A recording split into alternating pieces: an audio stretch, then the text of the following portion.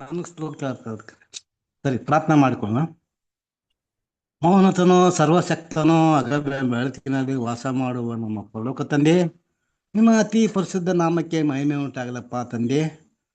ತಂದೆ, ಲೋಕದಿಂದ ಆಯ್ದುಕೊಂಡು ಒಂದು ಚಿಕ್ಕ ಗುಂಪಾಗಿ ಕೂಡಿಸಿ ತಂದೆ, ಈ ಸಂಜೆ ವೇಳೆಯಲ್ಲಿ ನಿಮ್ಮ ಪಾದ ಸನ್ನಿಧಿಯಲ್ಲಿ ಕುಂತು ನಿಮ್ಮ ವಾಕ್ಯವನ್ನು ಕೇಳಲಿಕ್ಕೆ ತಂದೆ ನಮ್ಮೆಲ್ಲರಿಗೆ ಸಹಾಯ ಮಾಡಿದ್ದಕ್ಕಾಗಿ ಧನ್ಯವಾದ ತಂದೆ. ತಂದೆ, ಇನ್ನೂ ಯಾವ ಸೋದರ ಬಂದಿಲ್ಲ ತಂದೆ, ಅವ್ರಿಗೆ ಸಹ ತಂದೆ ತಕ್ಕ ಸಮಯಕ್ಕೆ ಬಂದು ನಿನ್ನ ವಾಕ್ಯವನ್ನು ಕೇಳುವ ಹಾಗೆ ತಂದೆ ಅವ್ರಿಗೆ ಸಹ ತಂದೆ ಸಹಾಯ ಮಾಡು ತಂದೆ. ತಂದೆ, ನಿನ್ನ ವಾಕ್ಯವನ್ನು ತಿಳಿಸುವಂಥ ಸೋದರಿಗೋಸ್ಕರ ಸಹ ಬೇಡ್ಕೊಂಡ್ರೆ ತಂದೆ, ನಿಮ್ಮ ಪವಿತ್ರಾತ್ಮನ ಸಹಾಯದಿಂದ ನಮ್ಮೆಲ್ಲರಿಗೂ ನಿನ್ನ ವಾಕ್ಯವನ್ನು ಕೇಳುವ ಹಾಗೆ ನಾವೆಲ್ಲರೂ ಕೇಳುವ ಹಾಗೆ ತಂದೆ ಸಹಾಯ ಮಾಡು ತಂದೆ. ತಂದೆ, ಮತ್ತು ಸಹ ತಂದೆ, ಆ ವಾಕ್ಯವನ್ನು ನಾವು ಕೇಳಿ ಆ ವಾಕ್ಯದ ಪ್ರಕಾರ ನಡೆದು ತಂದೆ ನಿಮ್ಮ ಚಿತ್ತಕ್ಕನುಸಾರವಾಗಿ ನಡೆದು ನಮ್ಮ ಓಟ ಓಡಿ ಮುಗಿಸುವಾಗಿ ತಂದೆ ಸಹಾಯ ಮಾಡು ತಂದೆ. ತಂದೆ ಆದ ದೇವರೇ, ಮುಂದೆ ಬರುವಂಥ ಪ್ರಭು ಜನದಲ್ಲಿ ತಂದೆ ನಮ್ಮನ್ನು ನಾವೆಲ್ಲರೂ ಸರಿಪಡಿಸ್ಕೊಂಡು ತಂದೆ, ನಮ್ಮಲ್ಲಿರುವಂಥ ದುಷ್ಟತನವನ್ನು ಎಲ್ಲವನ್ನು ಕೆಟ್ಟತನವನ್ನು ಬಿಟ್ಟು ತಂದೆ ನಿಮ್ಮ ಚಿತ್ತಕ್ಕನುಸಾರವಾಗಿ ನಡೆದು ಆ ಭೋಜನದಲ್ಲಿ ನಾವೆಲ್ಲರೂ ಸರಿಯಾದ ಸಮಯಕ್ಕೆ ಭಾಗಿಯಾಗುವ ಹಾಗೆ ತಂದೆ ನಮ್ಮೆಲ್ಲರಿಗೆ ಸಹಾಯ ಮಾಡು ತಂದೆ. ಇವತ್ತಿನ ಕೂಟದಲ್ಲಿ ತಂದೆ ಆದಿಯಿಂದ ಅಂತ್ಯದವರೆಗೂ ನಿಮ್ಮ ಪ್ರಸನ್ನತೆ ಇದ್ದು ಈ ಕೂಟವನ್ನು ನಡೆಸಿಕೊಡು ತಂದೆ. ಇದುವರೆಗೆ ಪ್ರಾರ್ಥನೆ ಕೇಳೋದಕ್ಕಾಗಿ ಸಹ ಧನ್ಯವಾದ ತಂದೆ. ಈ ಚಿಕ್ಕ ಪ್ರಾರ್ಥನೆ ನಮ್ಮೆಲ್ಲರ ರಕ್ಷಕನಾದ ಯೇಸು ಕ್ರಿಸ್ತನ ನಾಮದಲ್ಲಿ ಬೇಡ್ತೀನಿ ತಂದೆ, ಆಮೇನ್. ಆಮೇನ್. Thank you.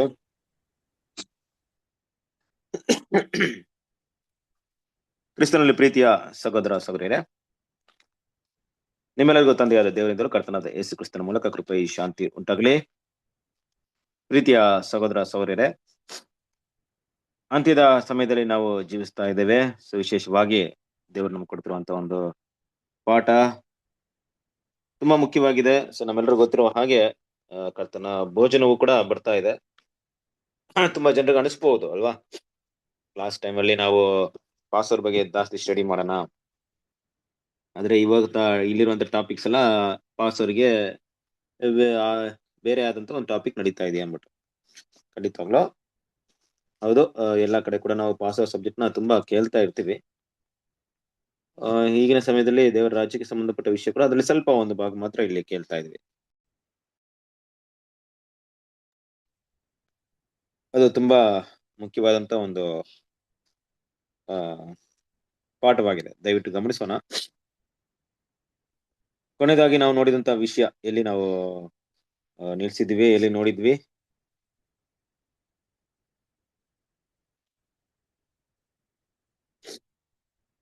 ಪುಟ 110 ಪ್ಯಾರ 2. ಓಕೆ, ಪುಟ 110 ಪ್ಯಾರ 2. ಓಕೆ, ಯಾವ್ದು ಭಾಗ, ಎಷ್ಟನೇ ಭಾಗ ನೋಡ್ಬೇಕಾಗಿದೆ? 67. 67. Okay, good. 67 ನೋಡ್ಬೇಕು. ಓಕೆ, 67 ಅಂತ ಹೇಳಿದಾಗ ಇದು ಪೇಜ್ ನಂಬರ್ 110 ಅಲ್ವಾ? ಹೌದು. ಓಕೆ, ಇದಕ್ಕಿಂತ ಮುಂಚಿತವಾಗಿ ನಾವು ಕೆಲವೊಂದು ವಿಷಯವನ್ನ ನಾವು ನೋಡಿದ್ವಿ ಅಲ್ವಾ? ಹಲವಾರು ವಿಷಯಗಳನ್ನ ನಾವು ಸ್ಟಡಿ ಮಾಡ್ಕೊಂಡ್ ಬಂದ್ವಿ.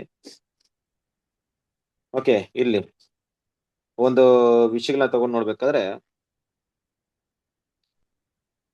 ಬಾಬೆಲಿನ ಈ ಒಂದು ಹೆಸರು ಕ್ರೈಸ್ತ ಸಭೆಯ ಒಂದು ಅಂತ್ಯ ಅವಸ್ಥೆಗಳನ್ನ ನಾವು ಸ್ವಲ್ಪ ಸ್ಪಷ್ಟವಾಗಿ ಗಮನಿಸಬೇಕಾಗಿದೆ. ಇನ್ಮೇಲೆ ಬರುವಂತ ವಿಷಯ ಸ್ವಲ್ಪ ವಿಭಿನ್ನವಾದಂತ ಒಂದು ಪಾಠವಾಗಿರುತ್ತೆ, ಮತ್ತೆ ಸಭೆಯಾದ ದೇವರ ಮಕ್ಕಳಿಗೆ ಒಂದು ಒಳ್ಳೆಯ ಒಂದು ಲೆಸನ್ ಅನ್ನ ಇನ್ ಮುಂದೆ ಬರುವಂತ ಪಾಠಗಳು ಮಾತಾಡುತ್ತೆ. ಅದರಿಂದ ಸ್ವಲ್ಪ ನಾವು ಗಮನ ಕೊಡೋಣ, ತುಂಬಾ ನಮ್ಗೆ ಉಪಯೋಗವಾಗಿರುತ್ತೆ.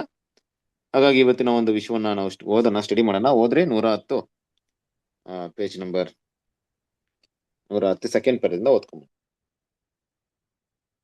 ಪಂಥಗಳ ಅವಲಂಬನೆಯ ಈ ಸಂಕೋಲೆಯನ್ನು ಸಂಕೋಲೆ ಮತ್ತು ಬಂಧನ ಎಂದು ಸರಿಯಾಗಿ ಪರಿಗಣಿಸಲಾಗದೆ, ಈಗ ಅವುಗಳನ್ನು ಗೌರವದೊಡನೆ ಒಡವೆಗಳನ್ನಾಗಿಯೂ ಗೌರವದ ಬಿಲ್ಲೆಗಳನ್ನಾಗಿಯೂ ಮತ್ತು ಗುಣಲಕ್ಷಣದ ಗುರುತನ್ನಾಗಿಯೂ ಧರಿಸಲಾಗುವುದು. ಈ ಭ್ರಮೆಯು ಎಷ್ಟು ದೂರದವರೆಗೂ ಹೋಗಿದೆ ಎಂದರೆ, ದೇವರ ಮಕ್ಕಳಲ್ಲಿ ಅನೇಕರು ಅಂತಹ ಹಗುರ ಮತ್ತು ಭಾರವಾದ, ಉದ್ದ ಅಥವಾ ಗಿಡ್ಡವಾದ ಅಥವಾ ವೈಯಕ್ತಿಕ ಸ್ವಾತಂತ್ರ್ಯದ ಸಂಕೋಲೆಗಳಿಲ್ಲದೆ ಅಥವಾ ಬಿಲ್ಲೆಗಳಿಲ್ಲದೆ ಗುರುತಿಸಲ್ಪಡುವುದು ಅವಮಾನಕರವೆಂದು ನೆನೆಸುತ್ತಾರೆ. ತಾವು ಯಾವುದೇ ಪಂಗಡದ ಅಥವಾ ಮತಾಭಿಪ್ರಾಯದ ದಾಸತ್ವದಲ್ಲಿಲ್ಲ, ಆದರೆ ಕ್ರಿಸ್ತನಿಗೆ ಮಾತ್ರವೇ ಸೇರಿದವರೆಂದು ಹೇಳಿಕೊಳ್ಳಲು ನಾಚಿಕೆ ಪಟ್ಟುಕೊಳ್ಳುತ್ತಾರೆ ಎಂಬ. ಕ್ರಿಸ್ತನಲ್ಲಿ ಪ್ರೀತಿಯ ಸೌರರೇ, ಮುಖ್ಯವಾಗಿ ದೇವರ ಮಕ್ಕಳ ಮಧ್ಯದಲ್ಲಿ ಸತ್ಯ ಅನ್ನುವುದು ತುಂಬಾ ವಿಶೇಷವಾದಂತ ಒಂದು ಭಾಗವನ್ನು ವಹಿಸ್ತಾ ಇದೆ. ಬಟ್ ಇಲ್ಲಿ ಸತ್ಯವನ್ನ ನಾವು ಹೊಂದ್ಕೊಂಡಿರುವಂತ ವಿಷಯ ಯಾವುದೇ ಒಂದು ಡೆನಾಮಿನೇಷನ್ ನ ಅದು ರೆಪ್ರೆಸೆಂಟ್ ಆಗಿಲ್ಲ. ಅವ್ರನ್ನ ನಾವು ಆತುಕೊಂಡಿಲ್ಲ, ಅವರ ಮೇಲೆ ಅವಲಂಬಿಸಿಲ್ಲ.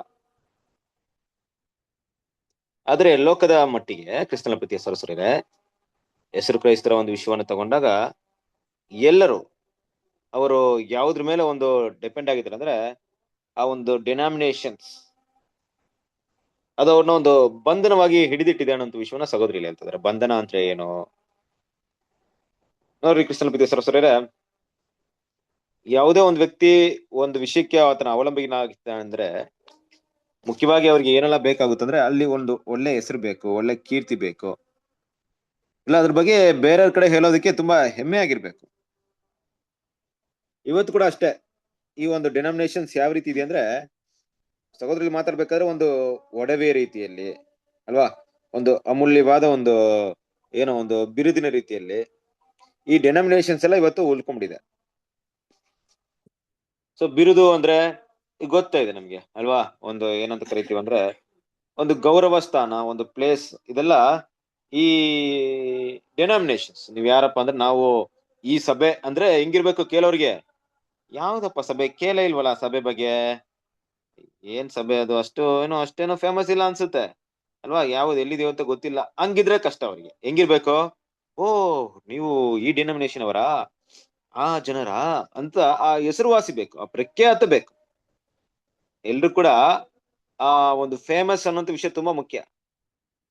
ಎಲ್ಲಿದ್ರು ಯಾವ ಸಭೆಯಲ್ಲಿದ್ರು ಆ ಸಭೆ ಕುರಿತಾಗಿ ಹೇಳ್ಕೊಳ್ಬೇಕಾದ್ರೆ, ಆ ಒಂದು ಡೆನಾಮಿನೇಷನ್ ಬಗ್ಗೆ ಹೇಳ್ಬೇಕಾದ್ರೆ ಅದು ಹೇಗಿರ್ಬೇಕು, ಅವ್ರಿಗೆ ತುಂಬಾ ಹೆಸರುವಾಸಿಯಾಗಿರ್ಬೇಕು, ತುಂಬಾ ಫೇಮಸ್ ಆಗಿರ್ಬೇಕು.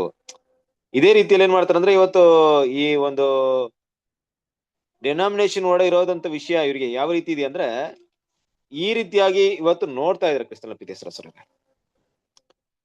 ಆದ್ರೆ ಒಂದು ವಿಷಯ ಯೋಚನೆ ಮಾಡ್ಬೇಕು, ಇದು ಬಹಳ ಕಾಲ ಈ ರೀತಿಯಾಗಿ ಇರಲ್ಲ ಅಲ್ವಾ, ಈ ರೀತಿಯಾಗಿ ತುಂಬಾ ದಿವಸ ಇರಲ್ಲ. ಇವತ್ತು ಲೋಕ ನೋಡುವಂತ ಅಂದ್ರೆ ಹೆಸರು ಕ್ರೈಸ್ತ ನೋಡುವಂತ ಒಂದು ರೀತಿಯಲ್ಲಿ ನಾವ್ ಇದನ್ನ ಗಮನಿಸ್ಬೇಕಾದ್ರೆ ಈ ರೀತಿಯಾಗಿ ತುಂಬಾ ದಿವಸ ಈ ಒಂದು ಡೆನಾಮಿನೇಷನ್ಸ್ ಮುಂದುವರಿಯಲ್ಲ. ಯಾಕೆ ಅಂದ್ರೆ ನಿಜವಾಗ್ಲೂ ಅದ್ರೊಳಗೆ ಏನಿದೆ ಅಂತ ಕಂಡುಹಿಡಿಯೋದ್ರಲ್ಲಿ ಎಲ್ರು ಕೂಡ ಸೋತೋಗಿದಾರೆ ಅಂತ ಹೇಳ್ಬೋದು. ಅಂದ್ರೆ ಈ ಒಂದು ಡೆನಾಮಿನೇಷನ್ಸ್ ಯಾವ ರೀತಿ ಇದೆ, ಎಷ್ಟರ ಮಟ್ಟಿಗೆ ಅದರ ಒಂದು ಪ್ರಭಾವ ಎಲ್ಲ ಕಡೆ ಎಫೆಕ್ಟ್ ಮಾಡ್ತಾ ಇದೆ ಅಂತ ಒಂದು ವಿಷಯವನ್ನ ನಾವು ನೋಡಿದ್ರೆ ಖಂಡಿತವಾಗ್ಲೂ ತುಂಬಾ ಜನರು ಅಂದ್ರೆ ಈ ಕ್ರಿಶ್ಚಿಯಾನಿಟಿಲಿರುವಂತಹ ಅನೇಕ ಜನರು ಯಾವ ರೀತಿಯಾಗಿದ್ದಾರೆ ಅಂತ ನೋಡಿದ್ರೆ ಕ್ರಿಸ್ತನ ಪ್ರೀತಿಯ ಸಹೋದರರೇ ಆ ಒಂದು ಕ್ರಿಶ್ಚಿಯಾನಿಟಿನ ತುಂಬಾ ಡಿಪೆಂಡ್ ಆಗಿದ್ದಾರೆ, ಅಂದ್ರೆ ತುಂಬಾ ಅದಕ್ಕೆ ರೆಸ್ಪೆಕ್ಟ್ ಕೊಡೋ ರೀತಿಯಲ್ಲಿ ಇದ್ದಾರೆ. ಇದೊಂದ್ ಕಡೆ ಏನಪ್ಪಾ ಅಂದ್ರೆ ಬಾಬಿಲೋನ್ನ ಗುಣಲಕ್ಷಣಗಳು ಹೀಗೆ ಇದೆ ಅಲ್ವಾ, ಈ ರೀತಿಯಾಗಿದೆ. ಆದ್ರೆ ದೇವರ ಮಕ್ಕಳು ಅನ್ಕೊಳ್ಳೋರು ಕೆಲವರು ಅಲ್ವಾ, ದೇವರ ಮಕ್ಕಳು ಅಂದ್ರೆ ಯಾವ ರೀತಿ ಹೇಳ್ಬಹುದು, ದೇವರ ಸತ್ಯವನ್ನ ಕೇಳಿ ಅದನ್ನ ಅರ್ಥ ಮಾಡ್ಕೊಂಡು ಅವ್ರೇನ್ ಮಾಡ್ತಾರೆ ಅಂದ್ರೆ ಅದನ್ನ ಅವರು ರೆಕಗ್ನೈಸ್ ಮಾಡಿದ್ಮೇಲೆ ಕೂಡ ಕೆಲವೊಂದ್ ಟೈಮಲ್ಲಿ ಅವ್ರಿಗೆ ಈ ರೀತಿಯಾದಂತ ಒಂದು ಒಳ್ಳೆ ಒಂದು ಎಕ್ಸಾಂಪಲ್ ಇಲ್ದೇ ಇದ್ರೆ ಅಲ್ವಾ, ಒಳ್ಳೆ ಒಂದು ನಮ್ಮ ಒಂದು ಪಂಥ, ನಮ್ಮ ಒಂದು ಡೆನಾಮಿನೇಷನ್ಸ್ ಈ ರೀತಿಯಾಗಿ ಅಂತ ಹೇಳ್ಕೊಳಕ್ ಆಗದೆ ಇದ್ರೆ ಅವ್ರು ತುಂಬಾ ಕಷ್ಟವಾಗುತ್ತೆ ಅಲ್ವಾ. ಅದನ್ನ ಹೇಳ್ಕೊಳ್ಳೋ ರೀತಿಯಲ್ಲಿ ಇರ್ಬೇಕು. ಅದು ಯಾವ ರೀತಿಯಲ್ಲಿ ಇರ್ಬೇಕಂದ್ರೆ ನಾವು ಹೇಳ್ದಾಗ ಅದ್ರ ಬಗ್ಗೆ ತುಂಬಾ ನಮ್ಗೆ ಹೆಮ್ಮೆ ಉಂಟಾಗೋ ರೀತಿಯಲ್ಲಿ ಇರ್ಬೇಕು, ತುಂಬಾ ಗೌರವನ ಕೊಡೋ ರೀತಿಯಲ್ಲಿ ಇರ್ಬೇಕು.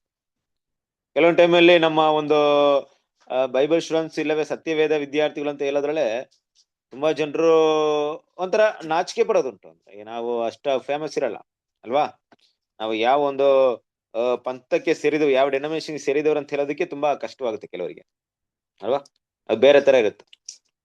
ಯಾಕಂದ್ರೆ ಈ ಪ್ರಪಂಚದ ಎಲ್ಲಾ ವಿಷಯಗಳು ಯಾವ ರೀತಿ ಇದೆ ಅಂದ್ರೆ ಇದ್ರ ಮೇಲೆ ಡಿಪೆಂಡ್ ಆಗಿದೆ ಅಲ್ವಾ. ಅವರ ಒಂದು ಪ್ರಾಮುಖ್ಯತೆ, ಹೆಸರುವಾಸಿ, ಅವರು ಎಷ್ಟರ ಮಟ್ಟಿಗೆ ಏನಾಗಿದ್ದಾರೆ ಅಂದ್ರೆ ಆ ಒಂದು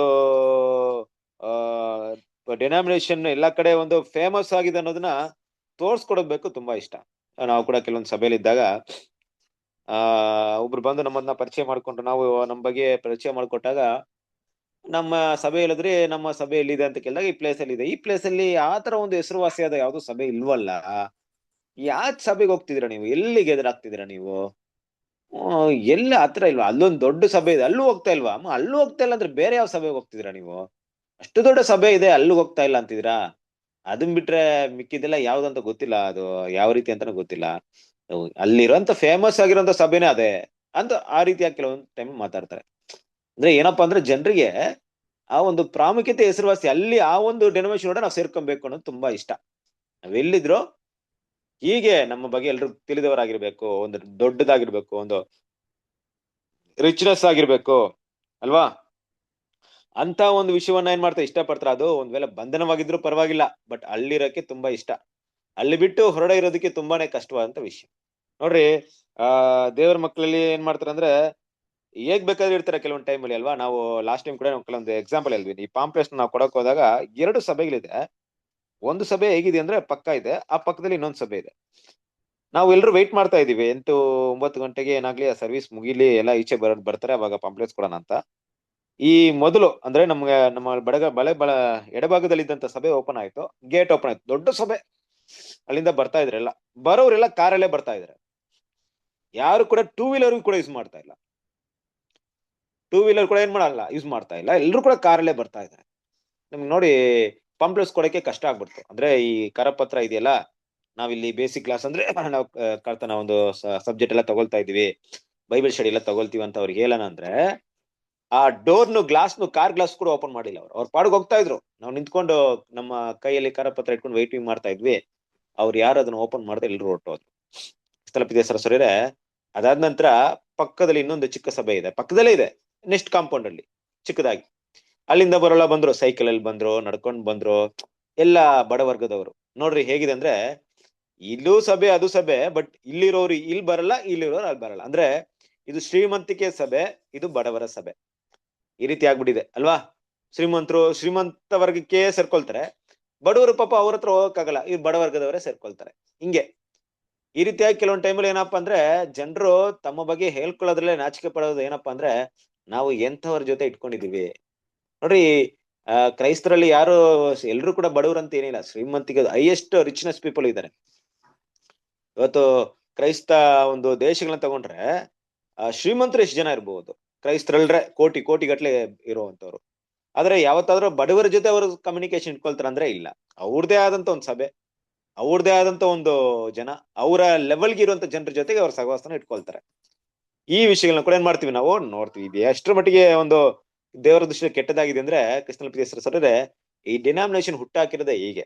ಹೇಗೆ ಅಂದ್ರೆ ಈ ರೀತಿ ಜನರು ಬಯಸೋದ್ರಿಂದಲೇ ಇಂಥ ಒಂದು ಸಭೆನ ನಡೆಸುವಂತವ್ರು ಶ್ರೀಮಂತಿಕೆ ವರ್ಗದವರ ರೀತಿಯಲ್ಲಿ ಅವ್ರ ಸಭೆನ ಕಟ್ಟೋದಿರ್ಬೋದು, ಆ ಸಭೆ ಬಿಲ್ಡಿಂಗ್ ಸ್ಟ್ರಕ್ಚರ್ ಇರ್ಬೋದು, ಅದೆಲ್ಲ ಯಾರನ್ನ ಅಟ್ರಾಕ್ಷನ್ ಮಾಡುತ್ತೆ ಅಂದ್ರೆ ಶ್ರೀಮಂತರನ್ನ ಅಟ್ರಾಕ್ಷನ್ ಮಾಡುತ್ತೆ.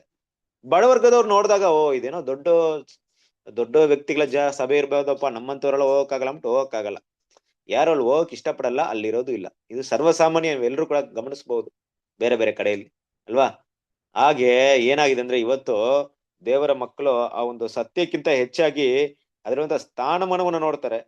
ಎಲ್ಲಿ ಸ್ಥಾನಮಾನ ಇಲ್ಲವೋ ಅದ್ರ ಬಗ್ಗೆ ಹೇಳ್ಕೊಳಕ್ಕೆ ಅವ್ರ ನಾಚಿಕೆ ಕೂಡ ಬರುತ್ತೆ ಅನ್ನೋ ವಿಷಯವನ್ನು ಕೂಡ ನೋಡ್ತೀವಿ. ಇಲ್ಲಿ ಕಂಟಿನ್ಯೂ ಮಾಡೋಣ.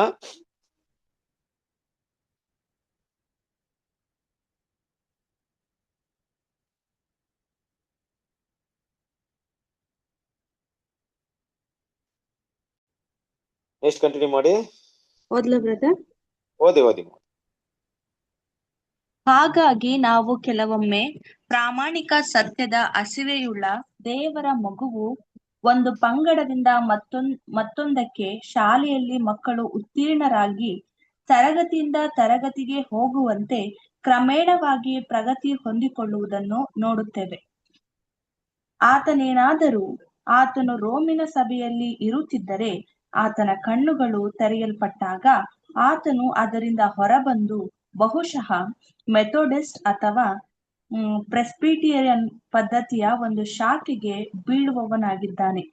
ಇಲ್ಲಿ ಆತನ ಸತ್ಯದ ದಾಹವು ಸಂಪೂರ್ಣವಾಗಿ ತಣಿಯದಿದ್ದರೆ ಮತ್ತು ಆತನ ಆತ್ಮಿಕ ಜ್ಞಾನವು ಈ ಲೋಕದ ಆತ್ಮನೊಂದಿಗೆ ಮಂಕು ಮಾಡಲ್ಪಡುತ್ತದೆ.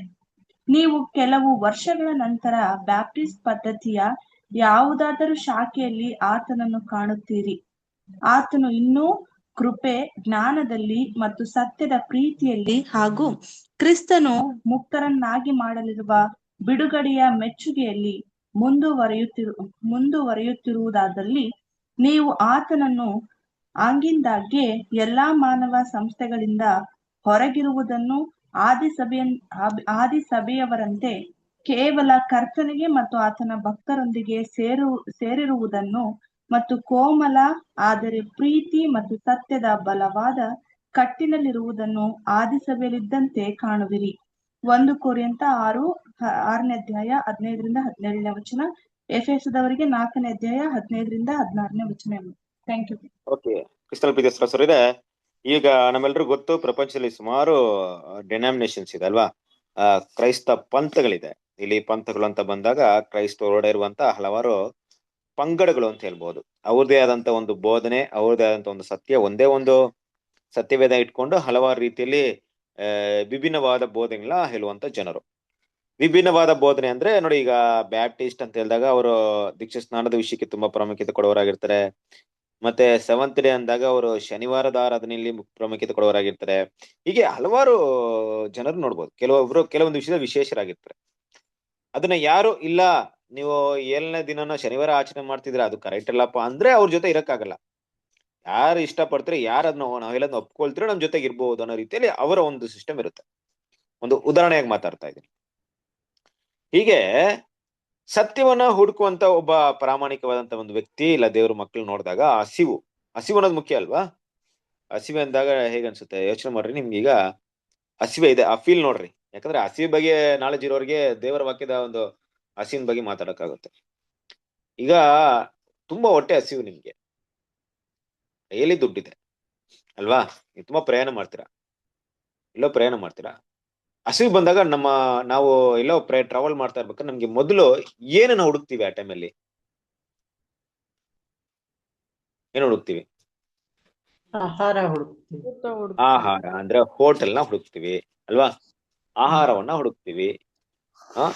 ಇನ್ ಕೆಲವೊಂದ್ ಟೈಮಲ್ಲಿ ಏನ್ ಮಾಡ್ತೀವಿ ಅಂದ್ರೆ, ಯಾವ ರೀತಿ ಹುಡುಕ್ತಿವಿ ಅಂದ್ರೆ, ಯಾವ್ದೋ ಎಲ್ಲೋ ಒಂದ್ ಕಡೆ ತಿನ್ನಕ್ಕೆ ಇಷ್ಟಪಡಲ್ಲ. ಏನಂತ ಹುಡುಕ್ತಿವಿ? ಶುದ್ಧವಾದ ಇದೆಯಾ, ಇಲ್ಲಿ ಹೈಜೀನ್ ಆಗಿದ್ಯಾ, ಇದೆಲ್ಲ ನೋಡೋದುಂಟು. ದೇವ್ರ ಮಕ್ಳು ಅದೆಲ್ಲ ನೋಡ್ಬಾರ್ದು ಅಂತ ಏನಿಲ್ಲ ಅಲ್ವಾ. ಕಂಡಲ್ಲಿ ತಿನ್ಬೇಕು ಅಂತಾನು ಏನೂ ಇಲ್ಲ. ನಮ್ಗೆ ನಮ್ಮ ಆರೋಗ್ಯದ ಕಡೆ ನಾವು ಪ್ರಾಮುಖ್ಯತೆ ಕೊಡೋದು ಕೂಡ ತುಂಬಾ ಮುಖ್ಯವಾಗಿದೆ. ನಾವೇನು ಬೆಲೆ ಉಳ್ಳದಂತ ಐಷಾರಾಮಿಯಾಗಿರುವಂತ ಒಂದು 5 ಸ್ಟಾರ್ ಹೋಟ್ಲಿಗೆ ಹೋಗಿ ಊಟ ಮಾಡ್ಬೇಕಂತೇನಿಲ್ಲ. ಇದ್ರೂ ಅಲ್ಲಿ ಕ್ಲೀನ್ ಇದೆಯಾ, ಸ್ವಚ್ಛತೆ ಕಾಪಾಡ್ಕೊಂಡಿದಾರ, ನಮ್ಮ ಬೆಲೆಗೆ ಎಟುಕುವಂತ ರೀತಿಯಲ್ಲಿ ಇದೆಯಾ, ಇದನ್ನೆಲ್ಲ ನೋಡಿ ನಾವು ಹೋಗ್ತೀವಿ ಖಂಡಿತವಾಗ್ಲು. ಅದ್ಲೇನು ಸುಳ್ಳೇನಿಲ್ಲ. ಖಂಡಿತವಾಗಿ ನಮ್ಮೆಲ್ಲರ ಕೂಡ ಈ ಭಾವನೆ ಇದೆ ಅಲ್ವಾ. ಯಾರಪ್ಪ ನಮ್ ದೇಹವನ್ನ ಕೆಡ್ಸ್ಕೊಳ್ತಾರೆ, ಯಾವ ಬೇಡದಿರಂತ ಆಹಾರ ತಿನ್ನಿ ಯಾಕೆ ಇದ್ ಮಾಡೋದು ಅಂದ್ರೆ, ಹಸಿವೆ ಒಂದು ವಿಷಯ ಬಂದಾಗ ನಾವು ಕಂಡಲ್ಲಿ ಇರೋದನ್ನೆಲ್ಲ ನಾವು ತಿನ್ನಕ್ಕೇನು ಇಷ್ಟಪಡಲ್ಲ. ಕ್ರಿಸ್ತನ ಪ್ರೀತಿಯ ಅಂದ್ರೆ ಟೈಮಲ್ಲಿ ನಮ್ಗೆ ಒಳ್ಳೇದೇ, ನಮ್ಮ ದೇಹಕ್ಕೆ ಆರೋಗ್ಯಕರವಾದನ್ನೇ ದೇವ್ರ ಮಕ್ಕಳು ಹುಡುಕೋದು ವಿಷಯ. ಇದೇ ರೀತಿ ಸತ್ಯದ ಒಂದು ಹಸಿವು ಕೂಡ, ಸತ್ಯದ ಹಸಿವು ಬಂದಾಗ ನಿಜವಾಗ್ಲೂ ಸತ್ಯ ಏನಂತ ಹುಡುಕುವಂತ ಒಂದು ದಾಹ ನಮ್ಮ ಹೊರಡೆ ಇರ್ಬೇಕಾದ್ರೆ ಅದು ಯಾವ ರೀತಿ ಇರುತ್ತಂದ್ರೆ, ಒಂದು ಮಗು 1ನೇ ಕ್ಲಾಸ್ ಓದಾದ್ಮೇಲೆ ಅದು ಪಾಸ್ ಆಗಿ ನೆಕ್ಸ್ಟ್ ಕ್ಲಾಸ್ ಹೋಗೋ ರೀತಿಯಲ್ಲಿ ಇರುತ್ತೆ. ಅಂದ್ರೆ ಯಾವಾಗ್ಲೂ ಒಂದೇ ಕಡೆ ಇರಲ್ಲ. ಈಗ ನೋಡಿ, ಒಂದ್ ಮಗುನ ಫಸ್ಟ್ ಸ್ಟ್ಯಾಂಡರ್ಡ್ ಓದಿಸ್ತಿರ್ತಾರೆ, ವೆರಿ ಗುಡ್, ನೀನೇನ್ ಮಾಡ್ಬೇಕು, ನೀನು 10 ವರ್ಷ ಇದೇ ಕ್ಲಾಸಲ್ಲಿ ಓದ್ಬೇಕು, ಇಲ್ಲೇ ಕುತ್ಕೊಬೇಕು, ಇಲ್ಲೇ ಕಲಿಬೇಕು, ಹೇಳಿದ್ದೇ ಕೇಳ್ಬೇಕು, ಕೇಳಿದ್ದೇ ಪ್ರತಿದಿನ ಕೇಳ್ತಾ ಇರ್ಬೇಕು, ಇದೇ ಕ್ಲಾಸಲ್ಲಿ ನೀನ್ ಸ್ಟಡಿ ಮಾಡ್ಬೇಕು ಅಂತ ಇದ್ರೆ ಆ ಮಗು ಏನ್ ಅನ್ಸುತ್ತೆ? ಆ ಮಗು ಜ್ಞಾನದಲ್ಲಿ ಬೆಳೆಯುತ್ತಾ? ಬೆಳೆಯಲ್ಲ. ಮುಂದೆ ಮಗು ದೊಡ್ಡ ಒಂದು ವಿಷಯಗಳನ್ನ ಅರ್ಥ ಮಾಡ್ಕೊಳಕ್ ಸಾಧ್ಯತೆ ಇದೆಯಾ? ಸಾಧ್ಯತೆ ಇಲ್ಲ. ಆದ್ರೆ ಒಂದು ಎಜುಕೇಶನ್ ಸಿಸ್ಟಮ್ ಯಾವ ರೀತಿ ಇದೆ, ಒಂದ್ ಕ್ಲಾಸ್ ಅಲ್ಲಿ ಹೋದ್ಮೇಲೆ ಆ ಕ್ಲಾಸ್ ನ ಕಲ್ತಾದ್ಮೇಲೆ ಮುಂದಿನ ಕ್ಲಾಸ್ಗೆ ಹೋಗ್ಬೇಕು, ಅಲ್ಲಿ ಕಲಿತು ಮುಂದಿನ ಕ್ಲಾಸ್ಗೆ ಹೋಗ್ಬೇಕು. ಇದು ಒಂದು ಎಜುಕೇಶನ್ ಸಿಸ್ಟಮ್. ಹಾಗೆ ಕ್ರಿಸ್ತಲ್ ಸರಸರಿದೆ, ಯಾವುದೋ ಒಂದು ವ್ಯಕ್ತಿ ನಿಜವಾಗ್ಲೂ ಸತ್ಯ ದಾಹದಲ್ಲಿರುವಂತ ವ್ಯಕ್ತಿ ನಾವು ನೋಡಿದಾಗ ಒಂದಲ್ಲ ರೋಮನ್ ಕ್ಯಾಥಲಿಕ್ ಸಭೆಯಲ್ಲಿ ಇರ್ಬೋದು ಅಲ್ವಾ. ರೋಮನ್ ಕ್ಯಾಥಲಿಕ್ ಸಭೆಯಲ್ಲಿ ಆತನ ಇದ್ದಾಗ ಅಲ್ಲಿ ಏನ್ ಮಾಡ್ತಾರೆ, ಕೇಳ್ತಾ ಇರ್ತಾರೆ. ಬಟ್ ಏನಾಗುತ್ತೆ ಅಂದ್ರೆ, ಸತ್ಯವನ್ನ ಹುಡುಕ್ತಾ ಇರ್ಬೇಕಾದ್ರೆ, ಸತ್ಯದ ದಹದೊಳಗೆ ಇರ್ಬೇಕು, ಹಸಿವು ಅವ್ರಿಗೆ ಇರ್ಬೇಕಾದ್ರೆ ಅವ್ರನ್ನ ಏನ್ ಮಾಡುತ್ತೆ ಅಂದ್ರೆ, ಆ ಒಂದು ಸಭೆಯಲ್ಲಿ ಕಂಟಿನ್ಯೂ ಇರಕ್ಕಾಗಲ್ಲ, ಹುಡುಕ್ತಾರೆ ಅವ್ರು. ಬೇರೆ ಕಡೆ ಎಲ್ಲ ಏನ್ ಮಾಡ್ತಾರೆ, ಸತ್ಯವನ್ನ ಹುಡುಕ್ತಾ ಇರ್ತಾರೆ ಅಲ್ವಾ. ಬೇರೆ ಕಡೆ ಹುಡುಕಿ ಏನ್ ಮಾಡ್ಬೋದು ಅಂದ್ರೆ, ಬ್ರದರ್ ಅವಾಗ ಮಾತಾಡ್ಬೇಕಾದ್ರೆ ಅವಾಗಿರುವಂತ ಸಭೆಗಳಲ್ಲಿ ಮೆಥೋಡಿಸ್ಟ್, ಪ್ರೆಸ್ಬಿಟೇರಿಯನ್, ಬ್ಯಾಪ್ಟಿಸ್ಟ್ ಅನ್ನೋದು ತುಂಬಾ ಇದ್ರು ಅಮೆರಿಕದಲ್ಲಿ ಇದ್ದಂತ ಸಭೆಗಳು. ಇವತ್ತು ನಮ್ಮ ಕಾಲದಲ್ಲಿ ತಗೊಳ್ಬೇಕಾದ್ರೆ ತುಂಬಾ ಸಭೆಗಳಿದೆ. ಈ ಪ್ರೊಟೆಸ್ಟಾಂಟ್ ಅನ್ನುವಂತ ಸಭೆಗಳ ವರ್ಗದವರು ಕೂಡ ಏನಾಗಿದೆ, ಇತ್ತೀಚೆಗೆ ತುಂಬಾ ಹೆಚ್ಚಾಗಿ ಬೆಳೆದಿದೆ ಅಲ್ವಾ. ಈ ಪ್ರೊಟೆಸ್ಟಾಂಟ್ ಅನ್ನುವಂತ ಒಂದು ಸಭೆನ ನಮ್ಮ ರಸಲ್ ಬ್ರದರ್ ಕಾಲದಲ್ಲಿ ಹೆಚ್ಚಾಗಿ ನಾವು ನೋಡಕ್ ಆಗ್ತಾ ಇರ್ಲಿಲ್ಲ. ಆದ್ರೆ ಈಗ ನೋಡ್ಬೇಕಾದ್ರೆ ಅದ್ರ ಒಂದು ಇದೇ ಬೇರೆ. ಇನ್ನ ಆ ಈ ಪ್ರೊಟೆಸ್ಟೆಂಟ್ ಅಂದಾಗ ನಾವು ಮಾರ್ಟಿನ್ ಲೂಥರಿಂದ ಹೊರಡೆ ಬಂದವರು ಅಂತ ಕರಿತೀವಲ್ಲ, ಈ ಪೆಂಟೆಕಾಸ್ಟಲ್ ಸಭೆ ಅಂತ ಕರಿತೀವಿ ನೋಡಿ. ಗೊತ್ತಾ ಪೆಂಟೆಕಾಸ್ಟಲ್ ಅಂದ್ರೆ ಯಾವ ಸಭೆ ಅಂತ? ಸಾಮಾನ್ಯವಾಗಿ ಅದಕ್ಕೊಂದು ಗುರುತು ಏನಪ್ಪಾ ಅಂದ್ರೆ ಅವ್ರು ಅನ್ಯ ಭಾಷೆ ಮಾತಾಡ್ತಾರೆ. ಇದನ್ನೇ ಪೆಂಟೆಕಾಸ್ಟಲ್ ಸಭೆ ಅಂತ ಕರೀತೀವಿ ಅಲ್ವಾ. ಸೊ ನಾವು ಕೂಡ ಬಹುಶಃ ಅಂತ ಒಂದು ಇದ್ರಲ್ಲೇ ಇದ್ದಿದ್ವಿ. ಹಾಗಾಗಿ ಇದೆಲ್ಲ ಇವತ್ತು ಬೆಳೆದಿರೋದು. ಅಂದ್ರೆ ಇದೆಲ್ಲ ಆ ಕಾಲದಲ್ಲಿ ಇರ್ಲಿಲ್ಲ. ಯಾವಾಗ ನಮ್ಮ ರಸಲ್ ಬ್ರದರ್ ಕಾಲದಲ್ಲಿ ಈ ಸಹೋದರ ಇತ್ತೆಲ್ಲ ಬರಿಬೇಕಾದ್ರೆ ಈ ಪೆಂಟೆಕಾಸ್ಟಲ್ ಅನ್ನುವಂತ ಒಂದು ಡೆನಾಮಿನೇಷನ್ ಅವಾಗ ಹುಟ್ಟಿರ್ಲಿಲ್ಲ. ಇತ್ತೀಚೆಗೆ ಅನ್ಯ ಭಾಷೆ ಇಂಥದೆಲ್ಲ ಏನಾಗಿದೆ ಉಟ್ಕೊಂಡ್ ಬಂದ್ಬಿಟ್ಟಿದೆ. ತುಂಬಾ ಜನ ಅನ್ಯ ಭಾಷೆ ಮಾತಾಡೋದನ್ನ ನಾನು ನೋಡ್ತಾ ಇದ್ದೀನಿ. ಇಷ್ಟೆಲ್ಲ ಪ್ರೀತಿಯ ಸರಸರಿಯರೇ, ಈ ರೀತಿಯಾಗಿ ಒಂದು ವಿಷಯವನ್ನ ನಾವು ತಗೊಂಡು ನೋಡಿದಾಗ ಈ ರೀತಿ ಸತ್ಯವನ್ನ ಹುಡುಕುವಂತ ಒಬ್ಬ ದೇವರ ಮಗು ಏನ್ ಮಾಡ್ತಾರೆ ಅಂದ್ರೆ ಸತ್ಯವನ್ನ ನೋಡ್ಕೊಂಡು ಹೋಗ್ತಾರೆ. ಒಂದ್ ವೇಳೆ ಅವ್ರು ಮೆಥಡಿಸ್ಟ್ ಇರ್ಬೋದು, ಪ್ರೆಸ್ಬಿಟರಿಯನ್ ಹೋಗ್ಬೋದು ಅಲ್ವಾ, ಎಲ್ಲೋ ಒಂದ್ ಕಡೆ ಹೋಗ್ಬೋದು. ಆದ್ರೆ ಅವ್ರಿಗೇನಾದ್ರೂ ಆ ಸತ್ಯದ ಒಂದು ವಿಷಯ ಅವ್ರಿಗೆ ತೃಪ್ತಿ ಇಲ್ಲದೆ ಇದ್ರೆ, ನಿಜವಾಗ್ಲೂ ಆ ಸತ್ಯಕ್ಕೋಸ್ಕರ ಹುಡುಕ್ತಾ ಇದ್ರೆ, ಖಂಡಿತವಾಗ್ಲೂ ಅವ್ರು ಏನ್ ಮಾಡಲ್ಲ, ಒಂದ್ ಕಡೆಯಲ್ಲಿ ಆತನೋ ಇರಲ್ಲ, ಆ ಸತ್ಯವನ್ನ ಏನ್ ಮಾಡ್ತಾರೆ, ಹುಡುಕ್ತಾರೆ. ಸತ್ಯವನ್ನು ಹುಡುಕಿ ಅದು ಸಿಗೋರ್ಗೆ ಏನ್ ಮಾಡಕ್ಕಾಗಲ್ಲ, ಅವ್ರಿಗೆ ತೃಪ್ತಿ ಅನ್ನೋದೇ ಇರಲ್ಲ. ಅದ್ರಲ್ಲಿ ಅವ್ರು ತೃಪ್ತಿ ಹೊಂದೋದೇ ಇಲ್ಲ ಅಲ್ವಾ. ಯಾವಾಗಪ್ಪ ನಮ್ಗೆ ಹಸಿವು ತೀರುತ್ತೆ ಅಂದ್ರೆ, ಹಸಿವಾಗಿರ್ಬೇಕಾದ್ರೆ ಏನ್ ತಿಂದ್ರೂ ನಮ್ಗೆ ಹಸಿವು ತೀರ್ಬಿಡುತ್ತಾ ಅಂದ್ರೆ ಖಂಡಿತ ಇಲ್ಲ. ಒಂದು ಒಳ್ಳೆ ಆಹಾರ ಇರ್ಬೇಕು, ದೇಹಕ್ಕೆ ಒಂದು ಆರೋಗ್ಯವಾದಂತ ಆಹಾರ ಇರ್ಬೇಕು. ಅದೇ ರೀತಿಯಾಗಿ ಸತ್ಯದ ಮೇಲಿನ ಒಂದು ಹಸಿವು ಕೂಡ ತುಂಬಾ ಮುಖ್ಯ. ದೇವ್ರ ಮಕ್ಕಳು ನಿಮ್ಗೂ ನಮಗೆಲ್ಲ ಈ ಹಸಿವು ಬರ್ಬೇಕು, ಈ ಹಸಿವು ಇರ್ಬೇಕು ಯಾವಾಗ್ಲೂ ಅಲ್ವಾ. ಹಸಿವೆ ಅನ್ನೋದು ಏನಪ್ಪಾ ಅಂದ್ರೆ ಆ ಏನೋ ಏನ್ ಸಿಕ್ತೋ ಅದನ್ನ ತಿನ್ನೋದಲ್ಲ ಹಸಿವೆ. ನಮ್ಗೆ ಏನ್ ಬೇಕೋ ಅದನ್ನ ತಗೊಂಡ್ ತಿನ್ನುವಂತ ಒಂದು ಭಾವನೆ ನಮ್ಗಿರ್ಬೇಕು, ಆ ಮನಸ್ಸು ನಮ್ಗಿರ್ಬೇಕು. ದೇವರ ವಾಕ್ಯ ಕೂಡ ಇಷ್ಟೇ. ಏನ್ ನಮ್ಮ ದೇಹಕ್ಕೆ ಅಂದ್ರೆ ನಮ್ಮ ಆರೋಗ್ಯಕ್ಕೆ ಕ್ರಿಸ್ತನ ಸ್ವರೂಪದಲ್ಲಿ ಬೆಳೆಯೋದಕ್ಕೆ ಯಾವ್ದು ಅನುಕೂಲವಾಗುತ್ತೆ ಅನ್ನೋ ಸತ್ಯನ ತಗೊಳ್ಬೇಕು, ಅದನ್ನ ಹುಡುಕ್ಬೇಕು ದೇವ್ರ ಮಕ್ಕಳು. ಆ ರೀತಿ ಹುಡುಕ್ದಾಗ ಅವ್ರೇನ್ ಮಾಡ್ತಾರೆ ಅಂದ್ರೆ ಯಾವ ರೀತಿಯಲ್ಲಿ ದೇವರು ಅವತ್ತು ಯಾವುದೋ ಡೆನಾಮಿನೇಷನ್ಗೆ ಪ್ರಾಮುಖ್ಯತೆ ಕೊಡದೆ, ಒಂದು ಆರಂಭ ಕಾಲದಲ್ಲಿ ನೋಡ್ಬೇಕಾದ್ರೆ ಅಪೊಸ್ತಲರೆಲ್ಲ ಹೆಂಗಿದ್ರು ಆದಿಕಾಲ ಸಭೆಯಲ್ಲಿ, ಅವಾಗ ಏನಾದ್ರು ಡೆನಾಮಿನೇಷನ್ ಇತ್ತಾ? ಯೇಸು ಕ್ರಿಸ್ತನು ಪುನರ್ತನ ಆಗಿ ಎಲ್ರಿಗೂ ಏನ್ ಮಾಡಿದ್ರು, ಒಂದು ಅವಕಾಶ ಅಂದ್ರೆ ಎಲ್ರಿಗೂ ಏನ್ ಮಾಡಿದ್ರು, ಸುವಾರ್ತೆ ಇಡೀ ಲೋಕಕ್ಕೆ ಸಾರಿ ಅಂತ ಹೇಳಿದ್ರು. ಆಗ ಒಂದು ಡೆನಾಮಿನೇಷನ್ ಏನಾದ್ರು ಇತ್ತ? ಅವಾಗ ಏನಾದ್ರು ಡೆನಾಮಿನೇಷನ್ ಇತ್ತಾ? ಇಲ್ಲ ರೀ. ಒಂದೇ ಒಂದು ಡೆನಾಮಿನೇಷನ್ ಇತ್ತು. ಅವ್ರನ್ನ ಅಂತ್ಯೋಕ್ಯದಲ್ಲಿ ಕ್ರೈಸ್ತರು ಅಂತ ಕರೆದ್ರು ಅಲ್ವಾ. ಕ್ರೈಸ್ತರು ಹೌದು. ಬಿಟ್ರೆ ಇನ್ಯಾವುದೂ ಇಲ್ಲ. ಕ್ರೈಸ್ತರು ಅಷ್ಟೇ, ಕ್ರಿಸ್ತನನ್ನ ಹಿಂಬಾಲಿಸುವವರು ಅಷ್ಟೇ. ಆ ರೀತಿಯಾದಂತ ಒಂದು ವಿಷಯಕ್ಕೆ ಏನ್ ಮಾಡ್ತಾರೆ, ಅವರು ಬರ್ತಾರೆ. ಸತ್ಯವನ್ನ ನಿಜವಾಗ್ಲೂ ಹುಡುಕಿದ್ದೆ ಆದ್ರೆ ಆ ಒಂದು ವ್ಯಕ್ತಿ, ನಾವು ನೋಡುವಂತ ವ್ಯಕ್ತಿ ಏನ್ ಮಾಡ್ತಾರೆ ಅಂದ್ರೆ ಇಲ್ಲಿಯವರೆಗೂ ಅವ್ರ ತೃಪ್ತಿನೇ ಆಗಲ್ಲ ಅಲ್ವಾ. ಅದನ್ನ ಓದ್ತೀವಿ 1 ಕೊರಿಂಥದವರಿಗೆ 6ನೇ ಅಧ್ಯಾಯ 15 ಮತ್ತು 17ನೇ ವಾಕ್ಯ ಹೋದ್ರೆ, 1 ಕೊರಿಂಥದವರಿಗೆ 6ನೇ ಅಧ್ಯಾಯ 15 ಮತ್ತು 17ನೇ ವಾಕ್ಯ.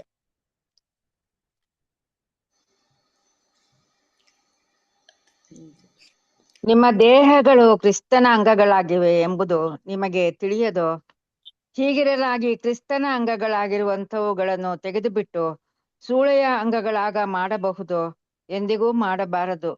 ಸೂಳೆಯ ಸಂಸರ್ಗ ಮಾಡುವವನು ಅವಳೊಂದಿಗೆ ಒಂದೇ ದೇಹವಾಗಿದ್ದಾನೆಂಬುದು ನಿಮಗೆ ತಿಳಿಯದೋ? ಗಂಡ ಹೆಂಡಿರು ಒಂದೇ ಶರೀರವಾಗಿರುವರೆಂದು ದೇವರು ಹೇಳುತ್ತಾನಲ್ಲ. ಕರ್ತನ ಸಂಸರ್ಗದಲ್ಲಿ ಸಾಕಮ್ಮ. ಎಫೆಸದವರಿಗೆ 4ನೇ ಅಧ್ಯಾಯ 15 ಮತ್ತು 16ನೇ ವಾಕ್ಯ ಓದ್ಬಿಟ್ರಿ. ಪ್ರೀತಿಯಿಂದ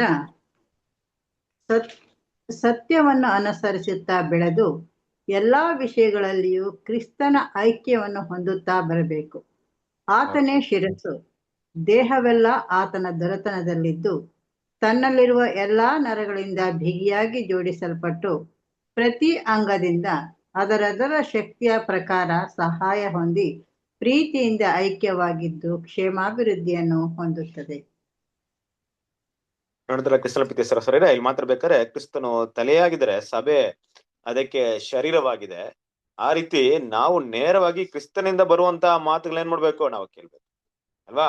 ಹಾಗಾಗಿ ಇಲ್ಲಿ ದೇವರಿಗೂ ನಮಗೂ ಇರುವಂತಹ ಮಧ್ಯದಲ್ಲಿ ಇಲ್ಲಿ ಯಾರು ಮಧ್ಯಸ್ಥರು ಇಲ್ಲ. ನಿಮ್ಗೆ ಮಧ್ಯಸ್ಥರು, ಮೀಡಿಯೇಟರ್ ಯಾರು ಇಲ್ಲ. ಇಲ್ಲ ಒಬ್ಬ ಪಾಸ್ಟರ್ ಆಗ್ಲಿ, ಒಬ್ಬ ಸಹೋದರ ಆಗ್ಲಿ, ನಾವು ನಿಮ್ಗೆ ಬಂದ್ಬಿಟ್ಟು ಇವತ್ತು ಬ್ರದರ್ಸ್ ಅಂಡ್ ಸಿಸ್ಟರ್ ನೀವು ಈ ಡೈರೆಕ್ಟ್ ಆಗಿ ದೇವ್ರ ಹತ್ರ ಹೋಗಂಗಿಲ್ಲ, ನನ್ನ ಹತ್ರ ಕೇಳಿ, ನಾನು ದೇವ್ರ ಹತ್ರ ಕೇಳಿ ನಿಮ್ಗೆ ತಕ್ಕೊಡ್ತೀನಿ, ಏನಿದ್ರು ನಿಮ್ಮ ಇಬ್ಬರ ಮಧ್ಯದಲ್ಲಿ ನಾನೇ ಇರ್ತೀನಿ. ಆ ರೀತಿಯಾದಂತ ಯಾವುದೇ ಒಂದು ಡಿನಾಮಿನೇಷನ್, ಯಾವುದೇ ವ್ಯಕ್ತಿನ ನಾವು ಹಿಡುವಾಗಿಲ್ಲ. ನಮಗೆ ತಲೆ ಕರ್ತನಾದ ಯೇಸು ಕ್ರಿಸ್ತನು. ಅಂದ್ರೆ ಇಲ್ಲಿ ಏನಪ್ಪ ಹೇಳಕ್ ಬರ್ತಾ ಇದ್ರೆ ಅಂದ್ರೆ, ಇಂಥ ಸತ್ಯ ಹುಡುಕುವಂತ ವ್ಯಕ್ತಿ ಕೊನೆಗೆ ಎಲ್ಲಿರ್ತಾರೆ ಅಂದ್ರೆ ಯಾವುದೇ ಡಿನಾಮಿನೇಷನ್ ಇರಕ್ಕಾಗಲ್ಲ ಅವ್ರಿಗೆ.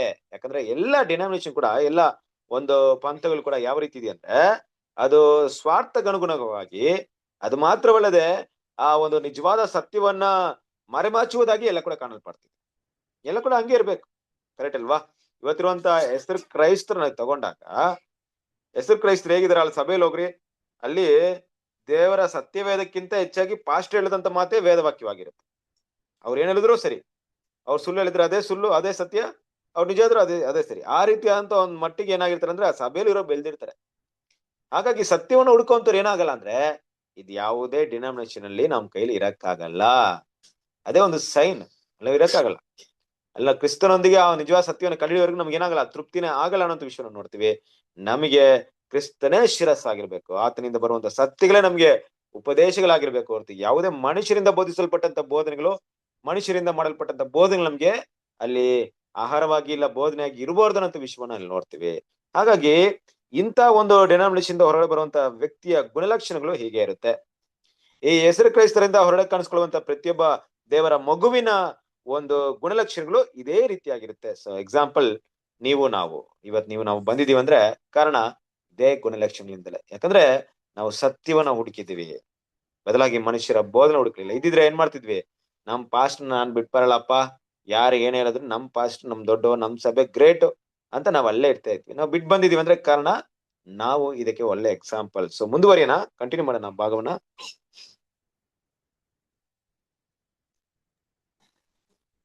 ಯಾವುದಾದರೂ ಪಂಗಡದ ಸಂಕೋಲೆಯಿಂದ ಬಂಧಿತವಾಗದೆ ಹೋದಲ್ಲಿ ಚಡಪಡಿಸುವಿಕೆ ಮತ್ತು ಅಸುರಕ್ಷತೆಗಳು ಸರ್ವಸಾಮಾನ್ಯ. ಅದು ಭೂಲೋಕದ ಸಂಸ್ಥೆಯೊಂದರ ಸದಸ್ಯತ್ವ ಅಗತ್ಯ. ಇದು ಕರ್ತನನ್ನು ಸಂತೋಷಪಡಿಸುತ್ತದೆ ಮತ್ತು ನಿತ್ಯ ಜೀವಕ್ಕೆ ಇದು ಅಗತ್ಯವಾಗಿದೆ ಎಂದು ಪ್ರಚಾರಗೊಂಡ ಮೊದಲಿಗೆ ಪೋಪನ ಅಧಿಕಾರದ ತಪ್ಪಾದ ಕಲ್ಪನೆಗಳಿಂದ ಹುಟ್ಟಿದ್ದು. ಈ ಭೂಲೋಕದ ಮತ್ತು ಮಾನವರಿಂದ ಸಂಘಟಿತವಾದ ಪದ್ಧತಿಗಳು ಸಾಧಾರಣವಾಗಿ ಇರುವುದಕ್ಕಿಂತ ಅಪೋಸ್ತಲರ ಕಾಲದ ಅನಿರ್ಬಂಧಿತ ಸಂಘಗಳಿಗಿಂತ ಪ್ರತ್ಯೇಕವಾಗಿದ್ದು, ಕ್ರೈಸ್ತ ಜನರು ಅವುಗಳನ್ನು ಪರಲೋಕದ ಹಲವಾರು ವಿಮಾ ಕಂಪನಿಗಳೋ ಎಂಬಂತೆ ಅವುಗಳಲ್ಲಿ ಯಾವುದಾದರೂ ಒಂದಕ್ಕೆ ಸೇರಿದರೆ ಮರಣಾನಂತರ ಭೂಲೋಕದ ವಿಶ್ರಾಂತಿ ಮತ್ತು ಶಾಂತಿಯನ್ನು ಪಡೆದುಕೊಳ್ಳುವಂತೆ ಹಣ, ಸಮಯ ಮತ್ತು ಗೌರವ ಮುಂತಾದವುಗಳನ್ನು ನಿಯಮಿತವಾಗಿ ನೀಡಬೇಕಾಗುತ್ತದೆ ಎಂದು ಇಚ್ಛಾರಹಿತವಾಗಿ ಮತ್ತು ಅವಿವೇಚನೆಯೊಡನೆ ಅವಲೋಕಿಸುವುದಾಗಿದೆ. ಈ ತಪ್ಪಾದ ಕಲ್ಪನೆಯನ್ನು ಕಾರ್ಯಗತಗೊಳಿಸಿ ಜನರು ಬಹುಮಟ್ಟಿಗೆ ಅವರು ಒಂದು ಪಂಗಡದಿಂದ ಹೊರಬಂದರೆ ಅವರ ಪಾಲಿಸಿದ ಪ್ರೀಮಿಯಂ ಮುಗಿದು ಹೋಗುವುದೇನೋ ಎಂದು ಭಯಕಂಪಿತರಾಗಿ ಅದನ್ನು ನವೀಕರಿಸಿಕೊಳ್ಳುವಂತೆ ಮತ್ತೊಂದು ಗೌರವಾನ್ವಿತ ಪಂಗಡಗಳೊಂದಿಗೆ ಬಂಧಿತವಾಗಲು ಕಾತುರರಾಗಿರುತ್ತಾರೆ ಎಂಬುದು. ಓಕೆ,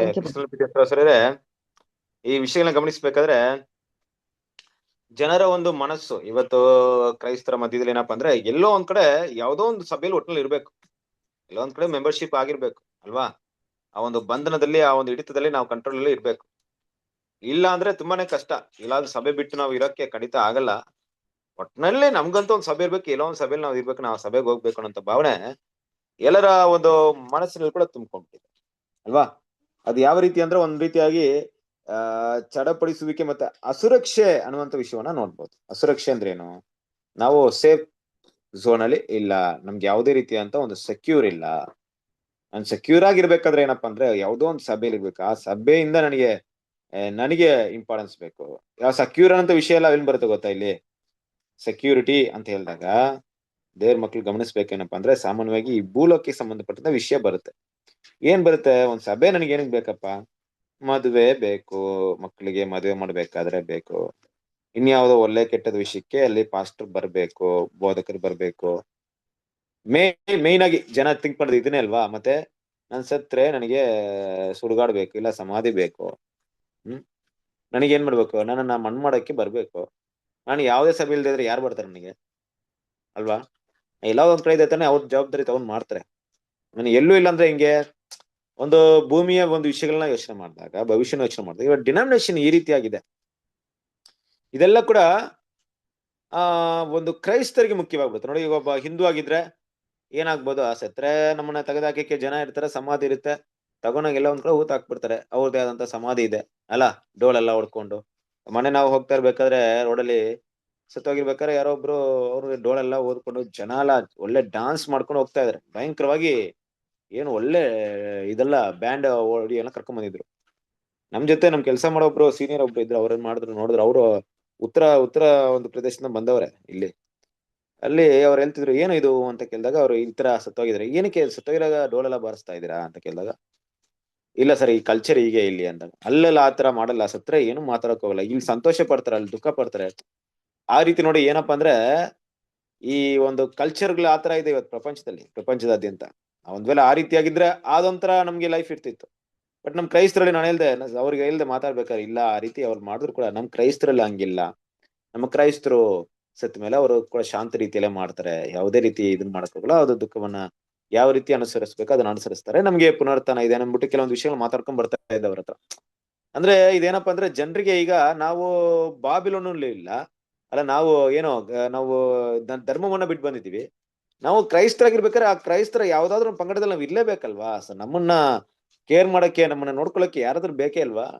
ಆ ಒಂದು ಮನುಷ್ಯ ಅವಲಂಬಿತರಾಗಿ ಏನ್ ಮಾಡ್ತಾರೆ ಅಂದ್ರೆ ತುಂಬಾ ಜನ ಏನ್ ಮಾಡ್ತಾರೆ, ಇಲ್ಲಿ ಕಾಣಿಸ್ಕೊಳ್ತಾರೆ ಅಲ್ವಾ?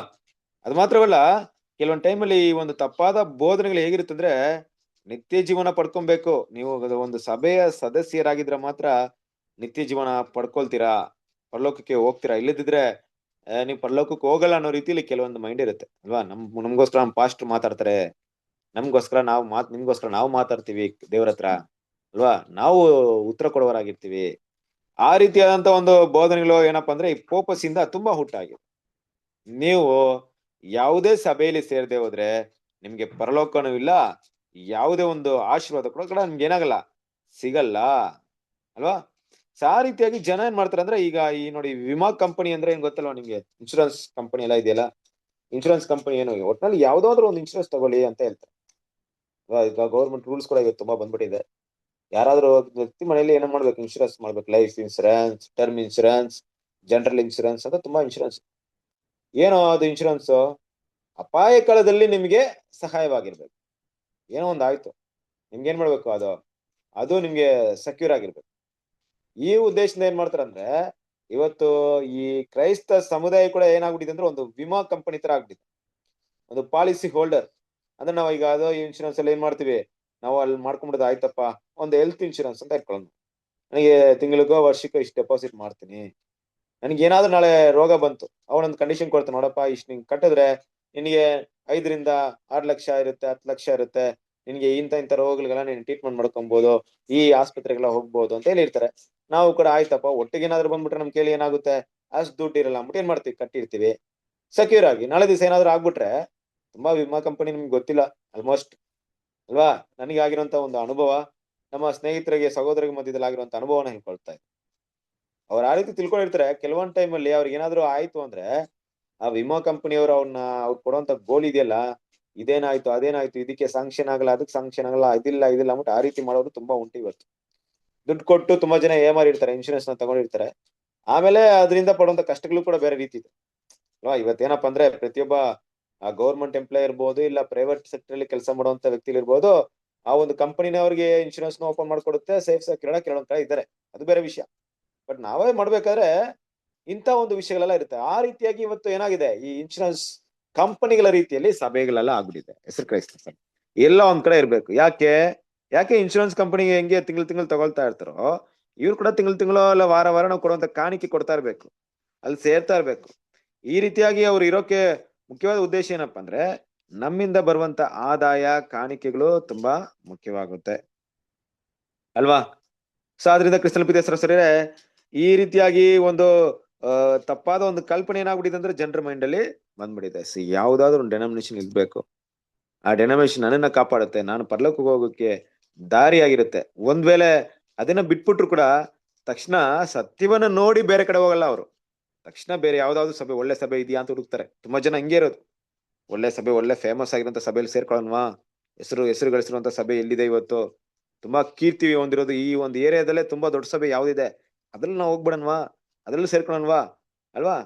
ಅದಕ್ಕೆ ಹೋಗ್ಬಿಟ್ಟು ಸೇರ್ಕೊಳ್ಳಕ್ಕೆ ಗೌರವಾನ್ವಿತ ಪಂಗಡಗಳೊಂದಿಗೆ ಬಂಧಿತರಾಗಲು ಕಾತುರರಾಗಿರುತ್ತಾರೆ. ದೊಡ್ಡ ಹೆಸರಿರ್ಬೇಕು.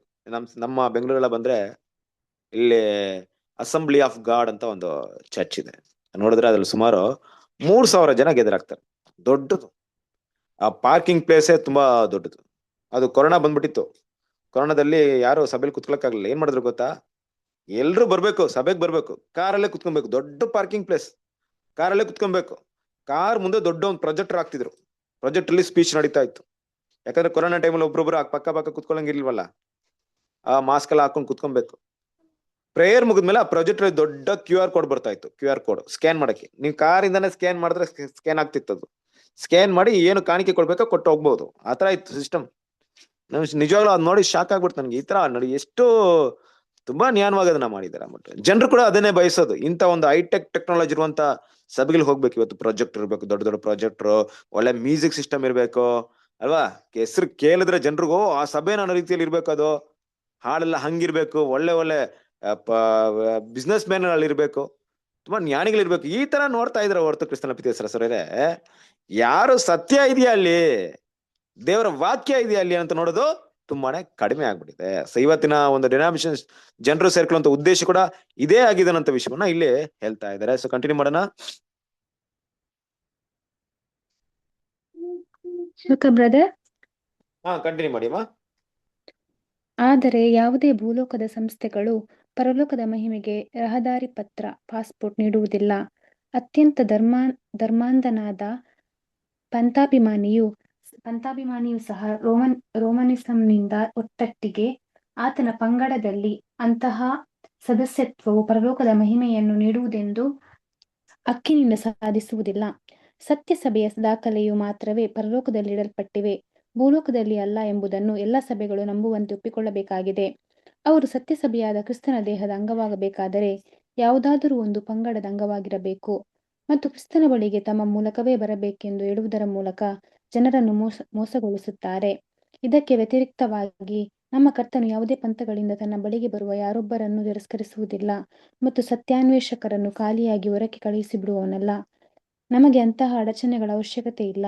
ಆತನ ಬಳಿಗೆ ನೇರವಾಗಿ ಬರುವುದು ಹೆಚ್ಚು ಒಳ್ಳೆಯದು ಎಂದು ಹೇಳುತ್ತಾನೆ. ಆತನು, ನನ್ನ ಬಳಿಗೆ ಬನ್ನಿರಿ, ಆ ನೊಗವನ್ನು ನಿಮ್ಮ ಮೇಲೆ ತೆಗೆದುಕೊಂಡು ನನ್ನಿಂದ ಕಲಿತುಕೊಳ್ಳಿರಿ, ಆಗ ನಿಮ್ಮ ಆತ್ಮಗಳಿಗೆ ವಿಶ್ರಾಂತಿ ಸಿಕ್ಕುವುದು. ಯಾಕೆಂದರೆ ನನ್ನ ನೊಗವು ಮೃದುವಾದದ್ದು, ನನ್ನ ಹೊರೆಯು ಹಗುರವಾದದ್ದು. ಮತ್ತಾಯ 11:29-30 ಎಂದು ಕೂಗಿ ಹೇಳುತ್ತಾನೆ. ನಾವು ಬೇಗನೆ ಆತನ ಧ್ವನಿಗೆ ಒಗ್ಗೂಡುವವರಾಗಿದ್ದರೆ ನಾವು ಪಂಗಡವಾದಿಗಳ ಅನೇಕ ಭಾರವಾದ ಹೊರೆಯನ್ನು, ಅವರ ಹತಾಶೆಯ ಅನೇಕ ಕೆಸರುಗಳನ್ನು, ಅವರ ಅನೇಕ ಅನುಮಾನದ ಕೋಟೆಗಳನ್ನು, ಅದರ ಒಣಜಂಬದ ಸಂತೆಯನ್ನು, ಅವರ ಲೌಕಿಕ ಮನಸ್ಸಿನ ಸಿಂಹಗಳು ಮುಂತಾದವುಗಳನ್ನು ಕಡೆಗಣಿಸಬಹುದಿತ್ತು. Thank you brother. ಓಕೆ, ಕ್ರಿಸ್ತನ ಪ್ರೀತಿಸರಸರೇ, ಇಲ್ಲಿ ಗಮನಿಸಬೇಕಾದಂತ ಒಂದು ವಿಷಯ ಅಲ್ವಾ, ತುಂಬಾ ಬ್ರೀಫ್ ಆಗಿ ಸಹೋದರ ಇದನ್ನು ಮಾತಾಡಿದ್ದಾರೆ. ಓದ್ತಲೇ ತುಂಬಾ ವಿಷಯ ನಿಮ್ಗೆ ಗೊತ್ತಾಗ್ಬಿಡುತ್ತೆ ಅಲ್ವಾ. ಯಾವ ರೀತಿ ಅಂತ ನೋಡ್ಬೇಕಾದ್ರೆ ಕ್ರಿಸ್ತನ ಪ್ರೀತಿಸರಸರೇ, ಯಾವುದೇ ಸಭೆ ನಮ್ಗೆ ಏನಿಲ್ಲ ಅಂದ್ರೆ ರಹದಾರಿ ಪತ್ರ, ಪಾಸ್ಪೋರ್ಟ್ ಅಲ್ವಾ. ಪಾಸ್ಪೋರ್ಟ್ ಅಂದ್ರೆ ನಾವು ಹೋಗೋದಿಕ್ಕೆ ಯಾವ ರೀತಿ ನೋಡಿ, ಈ ಭೂಲೋಕದ ಯಾವುದೇ ಡಿನಾಮಿನೇಷನ್ ಪರಲೋಕದ ಪಾಸ್ಪೋರ್ಟ್ ಅಲ್ಲ. ಸೊ ಕ್ಲಿಯರ್ ಕಟ್ ಆಗಿ ಯಾವುದೇ ಒಂದು ಸಭೆಯಲ್ಲಿದ್ರು ಕೂಡ, ನಮ್ ಸಭೆಯಲ್ಲಿದ್ರು ಕೂಡ, ಅದಾದ್ಮೇಲೆ ಬರೋಣ ಟಾಪಿಕ್. ಇಲ್ಲಿರುವಂತ ಬೈಬಲ್ ಸ್ಟೂಡೆಂಟ್ಸ್ ಕೂಡ ಅಷ್ಟೇ. ಯಾವುದೇ ಸಭೆ, ಯಾವುದೇ ಸಂಸ್ಥೆ, ಏನ್ ಬೇಕಾದ್ರೆ ಇರ್ಬೋದು, ಯಾವುದೇ ಸಭೆ ನಮ್ಮನ್ನ ಪರಲೋಕಕ್ಕೆ ಕರ್ಕೊಂಡು ಹೋಗಲ್ಲ ಅಲ್ವಾ. ಆದ್ರೆ ಈ ರೀತಿಯಾದಂತ ತಪ್ಪಾದ ಒಂದು ಬೋಧನೆಯನ್ನ ಬೋಧಿಸ್ತಾರವರು ಈ ಹೆಸರು ಕ್ರೈಸ್ತರು, ಈ ಡಿನಾಮಿನೇಷನ್ಸ್ ಯಾವ್ದಾದ್ರು ಸಭೆಯಲ್ಲಿ ಹೋಗ್ಲೇಬೇಕು ಅನ್ನೋ ಒಂದು ಭಾವನೆನ ಉಡ್ಸ್ಕೊಂಡ್ಬಿಟ್ಟಿದ್ದಾರೆ. ನಮ್ಮ ಮನೆಯಿಂದ ಒಂದು 10 ಕಿಲೋಮೀಟರ್ ಅಲ್ಲಿ ಸೌದರ್ನ್ ಏಷ್ಯಾ ಬೈಬಲ್ ಕಾಲೇಜ್ ಅಂತ ಒಂದಿದೆ. ಆ ಬೈಬಲ್ ಕಾಲೇಜಲ್ಲಿ ಇರುವಂತ ಒಂದು ವ್ಯಕ್ತಿ ಒಂದ್ಸರಿ ನನ್ನ ಜೊತೆ ಟ್ರಾವೆಲ್ ಮಾಡಿದ್ರು. ಒಂದ್ಸರಿ ಅವ್ರನ್ನ ಮೀಟ್ ಮಾಡ್ಬೇಕಾದ್ರೆ ಸ್ವಲ್ಪ ದೂರ ನನ್ನ ಜೊತೆ ಪ್ರಯಾಣ ಮಾಡಿದ್ರು. ಅವ್ರ ಜೊತೆ ಮಾತಾಡ್ತಾ ಗೊತ್ತಾಯ್ತು ಅವ್ರು ಬೈಬಲ್ ಕಾಲೇಜಲ್ಲಿ ಓದ್ತಾ ಇದಾರೆ ಅಂದ್ಬಿಟ್ಟು. ನಾನು ಬೇಕಂತಾನೆ ಅವ್ರಿಗೊಂದು ಪ್ರಶ್ನೆ ಕೇಳಿದ್ದೆ. ಏನಂತ ಕೇಳಿದ್ದೆ ಅಂದ್ರೆ, ಬೈಬಲ್ ಅಲ್ಲಿ ಟ್ರಿನಿಟಿ ಅನ್ನೋಂಥ ಪದ ಇದೆಯಾ ಅಂತ ಕೇಳಿದ್ದೆ ಅವ್ರಿಗೆ. ಅವ್ರು ಅದಕ್ಕೆ ಏನ್ ಮಾಡಿದ್ರು, ಟ್ರಿನಿಟಿ ಅನ್ನೋಂಥ ಪದ ಇಲ್ಲ, ಅದ್ ನಮ್ಗೆ ಗೊತ್ತಿದೆ ಟ್ರಿನಿಟಿ ಅನ್ನೋ ಪದ ಇಲ್ಲ ಅಂತ ನಮ್ಗೆ ಬೈಬಲ್ ಕಾಲೇಜಲ್ಲಿ ಹೇಳ್ಕೊಡ್ತಾರೆ. ಆದ್ರೆ ಟ್ರಿನಿಟಿ ಅನ್ನೋದನ್ನ ನಂಬಲೇಬೇಕು, ಅದು ನಿಜ. ತಂದೆ ಮಗ ಪವಿತ್ರಾತ್ಮ ಇರೋದು ನಂಬಲೇಬೇಕು, ಅದು ಸತ್ಯ. ಅವಾಗ ನಾನು ಕೇಳಿದೆ, ಬೈಬಲ್ ಇಲ್ದಿರುವಂತ ವಿಷಯನ ಹೆಂಗ್ ನಂಬ್ತೀರಾ? ಬೈಬಲ್ ಅಲ್ಲಿ ಇಲ್ಲ ನೇರವಾಗಿ, ಬಟ್ ನಾವು ಹುಡುಕಿ ಅದನ್ನ ಪ್ರೂವ್ ಮಾಡಬೇಕು. ಆ ರೀತಿ ನಾವು ಪ್ರೂವ್ ಮಾಡಬಹುದು. ಯೇಸು ಕ್ರಿಸ್ತನು ತಂದೆ ಪವಿತ್ರಾತ್ಮ ಇದ್ರ ಪ್ರೂವ್ ಮಾಡಬಹುದು ಅಂತ ಈ ಪ್ರಶ್ನೆ ಕೇಳಿದಾಗ ಅವ್ರು ನನಗೆ ಡೌಟ್ ಬಂದ್ಬಿಡ್ತು. ಅವ್ರಿಗೆ ಅವ್ರು ನನ್ಗೆ ಏನ್ ಮಾಡೋದು, ತಕ್ಷಣ ಕೇಳಕ್ ಮಾಡಿ ನೀವ್ ಯಾರು ಅಂತ. ಸೊ ನಾನೇನ್ ಮಾಡಿಲ್ಲ, ಅವ್ರು ಗೊತ್ತು ಆಕ್ಚುಲಿ ನೋಡ್ಬೇಕಾದ್ರೆ ಅಲ್ಲಿ ಅವ್ರು ದೊಡ್ಡ ಒಂದು ಪೊಸಿಷನ್ ಇದಾರೆ ಅಂತ ಗೊತ್ತಾಯ್ತು ನನಗೆ. ಅದಾದ್ರಿಂದ ನಾನು ಮಾತಾಡೋದ್ರಿಂದ ನನ್ನ ಬಗ್ಗೆ ಹೇಳೋದ್ರಿಂದ ಅವ್ರಿಗೇನೋ ಯೂಸ್ಫುಲ್ ಆಗಲ್ಲ. ಹಾಗನ್ಬಿಟ್ಟು ನಾನೇನ್ ಮಾಡಿದೆ, ನನ್ನ ಒಂದು ಡೀಟೇಲ್ಸ್ ನ ಕೊಟ್ಟು ಬಂದೆ. ನೋಡಿ ಸರ್, ನಾನು ಈ ತರ ಸತ್ಯವನ್ನು ಹುಡುಕ್ತಾ ಇದ್ದೀನಿ, ನಿಜವಾದ ಸತ್ಯನ ಸ್ಟಡಿ ಮಾಡ್ತಾ ಇದ್ದೀನಿ, ನಿಮ್ಗೆ ಏನಾದ್ರು ಬೇಕಾಗಿದೆ ನನ್ನ ಕಾಂಟ್ಯಾಕ್ಟ್ ಮಾಡಿ ಅಂತ ಏನೋ ಕೊಟ್ಟು ಬಂದೆ ಅಷ್ಟೇ. ಸೊ ಯಾಕೆ ವಿಷಯ ಹೇಳ್ತಾ ಇದ್ದೀನಿ ಅಂದ್ರೆ, ಕ್ರಿಸ್ತನ ಪಿತೇಶ್ವರಸರೇ, ಇವತ್ತು ತುಂಬಾ ಜನರು ಆ ಒಂದು ಸಭೆಯಲ್ಲಿರುವಂತವರೇ ಧರ್ಮಾಂಧರಾಗಿದ್ದಾರೆ. ಅವರಿಗೆ ಗೊತ್ತಿಲ್ಲ ಸತ್ಯ ಏನಂತ ಗೊತ್ತಿಲ್ಲ. ಒಟ್ಟಿನಲ್ಲಿ ರೋಮನ್ ಇರುವಂತ ರೋಮನ್ ಕೆಥಲಿಕ್ ಇರ್ಬೋದು, ಇಲ್ಲ ಯಾವುದೇ ಒಂದು ಡೆನೋಮಿನೇಷನ್ ಇರ್ಬೋದು, ಯಾರಿಗೆ ಟ್ರೂತ್ ಗೊತ್ತಿಲ್ಲ. ಆದ್ರೆ ಅವರೇ ಕುರುಡರನ್ನ ಏನ್ ಮಾಡ್ತಾ ಇದಾರೆ ಇವತ್ತು, ನಡೆಸ್ತಾ ಇದಾರೆ ಅಲ್ವಾ? ಅವರ ಮೂಲಕ ಯಾವುದೇ ಒಂದು ಪತ್ರನ ತಗೊಂಡೋಗ್ಬಿಟ್ಟು ಅಡ್ಮಿಷನ್ ಒಂದು ಫಾರ್ಮ್ ನ ಫಿಲ್ ಮಾಡಕ್ಕಾಗಲ್ಲ. ಪರಲೋಕಕ್ಕೆ ಹೋಗುವಂತ ಅಡ್ಮಿಷನ್ ಫಾರ್ಮ್ ಯಾವುದೇ ಡೆನಾಮಿನೇಷನ್ ಅಲ್ಲಿ ಸಿಗಲ್ಲ. ದೇವ್ರ ಮಕ್ಳು ಇದು ಸ್ಪಷ್ಟವಾಗಿರ್ಬೇಕು. ನಿಜವಾಗ್ಲೂ ಸಭೆ ಆಗಿರೋರು ಏನಪ್ಪಾ ಅಂದ್ರೆ, ದೇವರು ಕರೆದಿರುವಂತ ಸಭೆ. ಆ ಸಭೆ ಎಲ್ಲಿದೆ ಅಂದ್ರೆ, ಆ ಸಭೆ ಎಲ್ಲಿದೆ ನೋಡ್ರಿ. ಇವತ್ತು ಕ್ರಿಸ್ತನ್ ಪಿತೇಶ್ವರ ಸರ್, ಇವತ್ತು ನಾವು ನಿಮ್ಗೆ ದೇವ್ರ ವಾಕ್ಯ ಹೇಳ್ಕೊಡ್ತಾ ಇದ್ವಿ. ಏನು ನಮ್ಗೆ ನಮ್ಮ ಹಿನ್ನೆಲೆ ಏನು? ನಾನ್ ನಿಮ್ಗೆ ನಿಮ್ಮ ಹತ್ರ ಮಾತಾಡ್ಬೇಕಾದ್ರೆ ನನ್ನ ಹಿನ್ನೆಲೆ ಏನು, ನನ್ನ ಉದ್ದೇಶ ಏನು, ನಾನು ಯಾಕೆ ನಿಮ್ಮ ಹತ್ರ ಈ ಒಂದು ಝೂಮ್ ಕ್ಲಾಸ್ ಅಲ್ಲಿ ಇವತ್ತು 3ನೇ ಒಂದು ವ್ಯಾಲ್ಯೂಮ್ನ ತಗೊಳ್ಬೇಕು? ನನ್ನ ಮನಸ್ಸಿನಂತ ಉದ್ದೇಶ ಏನು? ನನ್ನ ಸಹೋದರ ತಗೊಳ್ಳೋದ್ರಿಂದ ಅವ್ರು ನನಗೆ ಏನಾದ್ರು ಮಾಡ್ತಾರೆ, ಒಳ್ಳೇದೇನೋ ಮಾಡ್ತಾರೆ, ನಾಳೆ ದಿವಸ ನನ್ ಕಷ್ಟ ನಷ್ಟ ಬಂದಾಗ ಏನಾದ್ರು ನನಗೆ ಸಹಾಯ ಮಾಡ್ತಾರೆ, ಆತರ ಭಾವನೆ ಇಟ್ಕೊಂಡಿದ್ದೀನಾ? ಇಲ್ಲ ಕ್ರಿಸ್ತನ ಪಿತೇಶ್ವರ ಸರ್ ಇದೆ ಅಲ್ವಾ? ಇಲ್ಲವೇ ದೇವ್ರು ನನ್ನ ಕುಟುಂಬವನ್ನೆಲ್ಲ ಆಶೀರ್ವಾದ ಮಾಡ್ತಾರೆ, ಏನಾದ್ರು ಇಟ್ಕೊಂಡಿದ್ದೀನಾ? ಇಲ್ಲ ಕ್ರಿಸ್ತನ ಪಿತೇಶ್ವರ ಸರ್. ನಮ್ಮ ಉದ್ದೇಶ ಏನು, ನಮ್ಮ ಮನಸ್ಸಲ್ಲಿ ಇರೋದೇನು? ದೇವರು ಕರ್ತನಾದ ಯೇಸು ಕ್ರಿಸ್ತನು ಕೊಟ್ಟಿರುವಂತಹ ತ್ಯಾಗ ಬಲಿಯ ರಾನ್ಸಮ್, ಆತನ ಆಳ್ವಿಕೆ ಕೂಡ ಆರಂಭವಾಗಿದೆ, ಆತನ ರಾಜ್ಯಭಾರ ಶುರುವಾಗಿದೆ. ನಮ್ಮ ಜೀವನವನ್ನ, ಉಳಿದಿರುವಂತ ಜೀವನವನ್ನ ದೇವ್ರ ಮಕ್ಳಿಗೋಸ್ಕರ ತ್ಯಾಗ ಮಾಡ್ಬೇಕಂದ್ರೆ ಹೆಂಗಪ್ಪ ತ್ಯಾಗ ಮಾಡೋದು, ಹೆಂಗಪ್ಪ ಕೊಡೋದು? ಈ ರೀತಿ ಆದ್ರೂ ಕೊಡೋಣ ಅಂದ್ಬಿಟ್ಟು ಕೊಡ್ತಾ ಇದೀವಿ ಅಷ್ಟೇ ಅಲ್ವಾ? ಏನಾದ್ರೂ ಮಾಡೋಣ, ದೇವ್ರ ಮಕ್ಳಿಗೋಸ್ಕರ ನಮ್ಮ ಲೈಫ್ ನ ಹೆಂಗೆಲ್ಲ ಕೊಡಕ್ಕಾಗುತ್ತೋ ಆ ರೀತಿ ಕೊಡೋಣ. ಇದೇ ನಮ್ಮ ಸ್ಯಾಕ್ರಿಫೈಸ್ ಲೈಫ್, ಕರೆಕ್ಟ್ ಅಲ್ವಾ? ಆದ್ರೆ ಕ್ರಿಸ್ತನ ಪಿತೇಶ್ವರ ಸರೇ, ಇವತ್ತು ಈ ರೀತಿಯಾದಂತ ಒಂದು ಭಾವನೆ ನಮ್ಮಲ್ಲಿ ಹುಟ್ಟುತ್ತೆ, ದೇವ್ರ ಮಕ್ಳ ಮನಸ್ಸಲ್ಲಿ ಹುಟ್ಟುತ್ತೆ.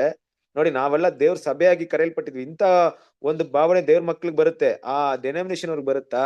ಇಲ್ಲ. ಅಲ್ಲಿ ಬರುವಂತ ಉದ್ದೇಶ ಏನಪ್ಪಾ ಅಂದ್ರೆ, ಸಭೆಯಲ್ಲಿ ಏನ್ ಆದಾಯ ಬರುತ್ತೆ, ಇವರಿಂದ ನನಗೆ ಏನ್ ಸಿಗುತ್ತೆ, ಇವ್ರು ಬಂದ್ರೆ ಎಷ್ಟು ನನ್ ಕಾಣಿಕೆ ಬರುತ್ತೆ ಅಲ್ವಾ? ಈ ಕಾಣಿಕೆ ಬರ್ಬೇಕಾದ್ರೆ ಅವ್ರಿಗೆ ಎಂತ ಮಾತು ಹೇಳಿದ್ರೆ ಕಾಣಿಕೆ ಕೊಡ್ತಾರೆ? ಸಿಂಪಲ್ ನೋಡಿ, ನೀನ್ ನನ್ನ ಸಭೆಗೆ ಇರ್ತೀರಾ, ಪರಲೋಕಕ್ಕೆ ಹೋಗ್ತೀರಾ. ನಮ್ ಸಭೆ ಅಂತ ಸಭೆ ಅಲ್ವಾ? ನಮ್ಮ ಸಭೆ ಉನ್ನತವಾದಂತ ಸಭೆ. ಇಲ್ಲಿ ಯಾರು ಇರ್ತಾರ ಖಂಡಿತವಾಗ್ಲಿ ನಿಮ್ಮೆಲ್ರು ಕೂಡ ಪರಲೋಕ ಹೋಗುತ್ತೆ ಅನ್ನುವಂತ ಒಂದು ಮೋಸಗೊಳಿಸುವಂತ ಮಾತುಗಳೇ ಅಲ್ಲಿ ಬೋಧನೆ ಆಗಿರುತ್ತೆ ಅಲ್ವಾ? ಆ ಬೋಧನೆಯಿಂದ ಅದೇ ಆಗಿರುತ್ತೆ. ಬೇರೊಬ್ರು ಏನ್ ಮಾಡಲ್ಲ, ಅಂತ ಯಾವುದೇ ಒಂದು ವಿಷಯವನ್ನ ಏನ್ ಮಾಡಲ್ಲ, ಅವರು ಹೇಳಲ್ಲ. ಆದ್ರಿಂದ ಯಾವ ಒಂದು ವಿಷಯವನ್ನ, ಸತ್ಯವನ್ನ ಹೇಳ್ಕೊಡಲ್ವೋ ಅಂತ ಸಭೆನ ದೇವ್ರು ಯಾವಾಗ್ಲೂ ರಿಜೆಕ್ಟ್ ಮಾಡ್ಬಿಟ್ಟಿದ್ದಾರೆ. ನಮ್ಗೆ ಗೊತ್ತು 1881 ಅಲ್ಲಿ ನಡೆದಿರೋಂತ ಆ ಘಟನೆ ಕೂಡ ನಾವು ಓದಿದ್ವಿ ಅಲ್ವಾ? ನಾವು ಸಭೆ ರಿಜೆಕ್ಟ್ ಆಗಿರುವಂತ ವಿಷಯಗಳನ್ನ ನಾವು ಸ್ಟಡಿ ಮಾಡಿದ್ವಿ. ಸಭೆನ ಏನ್ ಮಾಡಿದ್ದಾರೆ, ವಾಂತಿ ಮಾಡಿದ್ದಾರೆ, ಅವ್ರನ್ನ ರಿಜೆಕ್ಟ್ ಮಾಡಿದ್ದಾರೆ ಅಂತ ನಮಗ್ ಗೊತ್ತಿದೆ. ಬಟ್ ಅವರ ದೃಷ್ಟಿಯಲ್ಲಿ ಅದು ಹಾಗಲ್ಲ ಅಲ್ವಾ? ಸರ್, ಆದ್ರೆ ನಮ್ಮ ಕರ್ತನಾದ ಯೇಸು ಕ್ರಿಸ್ತ ನಾವು ಇವತ್ತು ಸತ್ಯ ನಿಮ್ಗೆ ಹೇಳ್ಕೊಡ್ತಿರ್ಬೇಕು, ನಾವೇನಾದ್ರೂ ನಿಮ್ಗೆ ಈ ರೀತಿ ಆದ್ರೆ ಹೇಳ್ಕೊಡ್ತಿದ್ವಾ? ನಮ್ಮಲ್ಲಿ ಹೇಳ್ಕೊಡುವಂತ ಸಹೋದರ, ಸತ್ಯವನ್ನು ತಿಳಿದಿರುವಂತ ನಿಜವಾದ ಸಹೋದರರು, ನೀವು ನನ್ನ ಹತ್ರ ಬನ್ರಿ, ನಾನ್ ನಿಮ್ಗೆ ತಿಳಿಸ್ಕೊಡ್ತೀನಿ ಅಂತ ಹೇಳ್ಕೊಡ್ತಿದ್ದೀರಾ? ನಮ್ಮ ಉದ್ದೇಶ ಎಲ್ಲ ಇರೋದೇನ್ ಗೊತ್ತಾ? ನೀವು ಡೈರೆಕ್ಟ್ ಆಗಿ ಕ್ರಿಸ್ತನ ಹತ್ರ ಹೋಗ್ಬೇಕು. ನಾವೆಲ್ಲ ನಿಮ್ಗೆ ಒಂದು ಟೂಲ್ಸ್ ಅಷ್ಟೇ.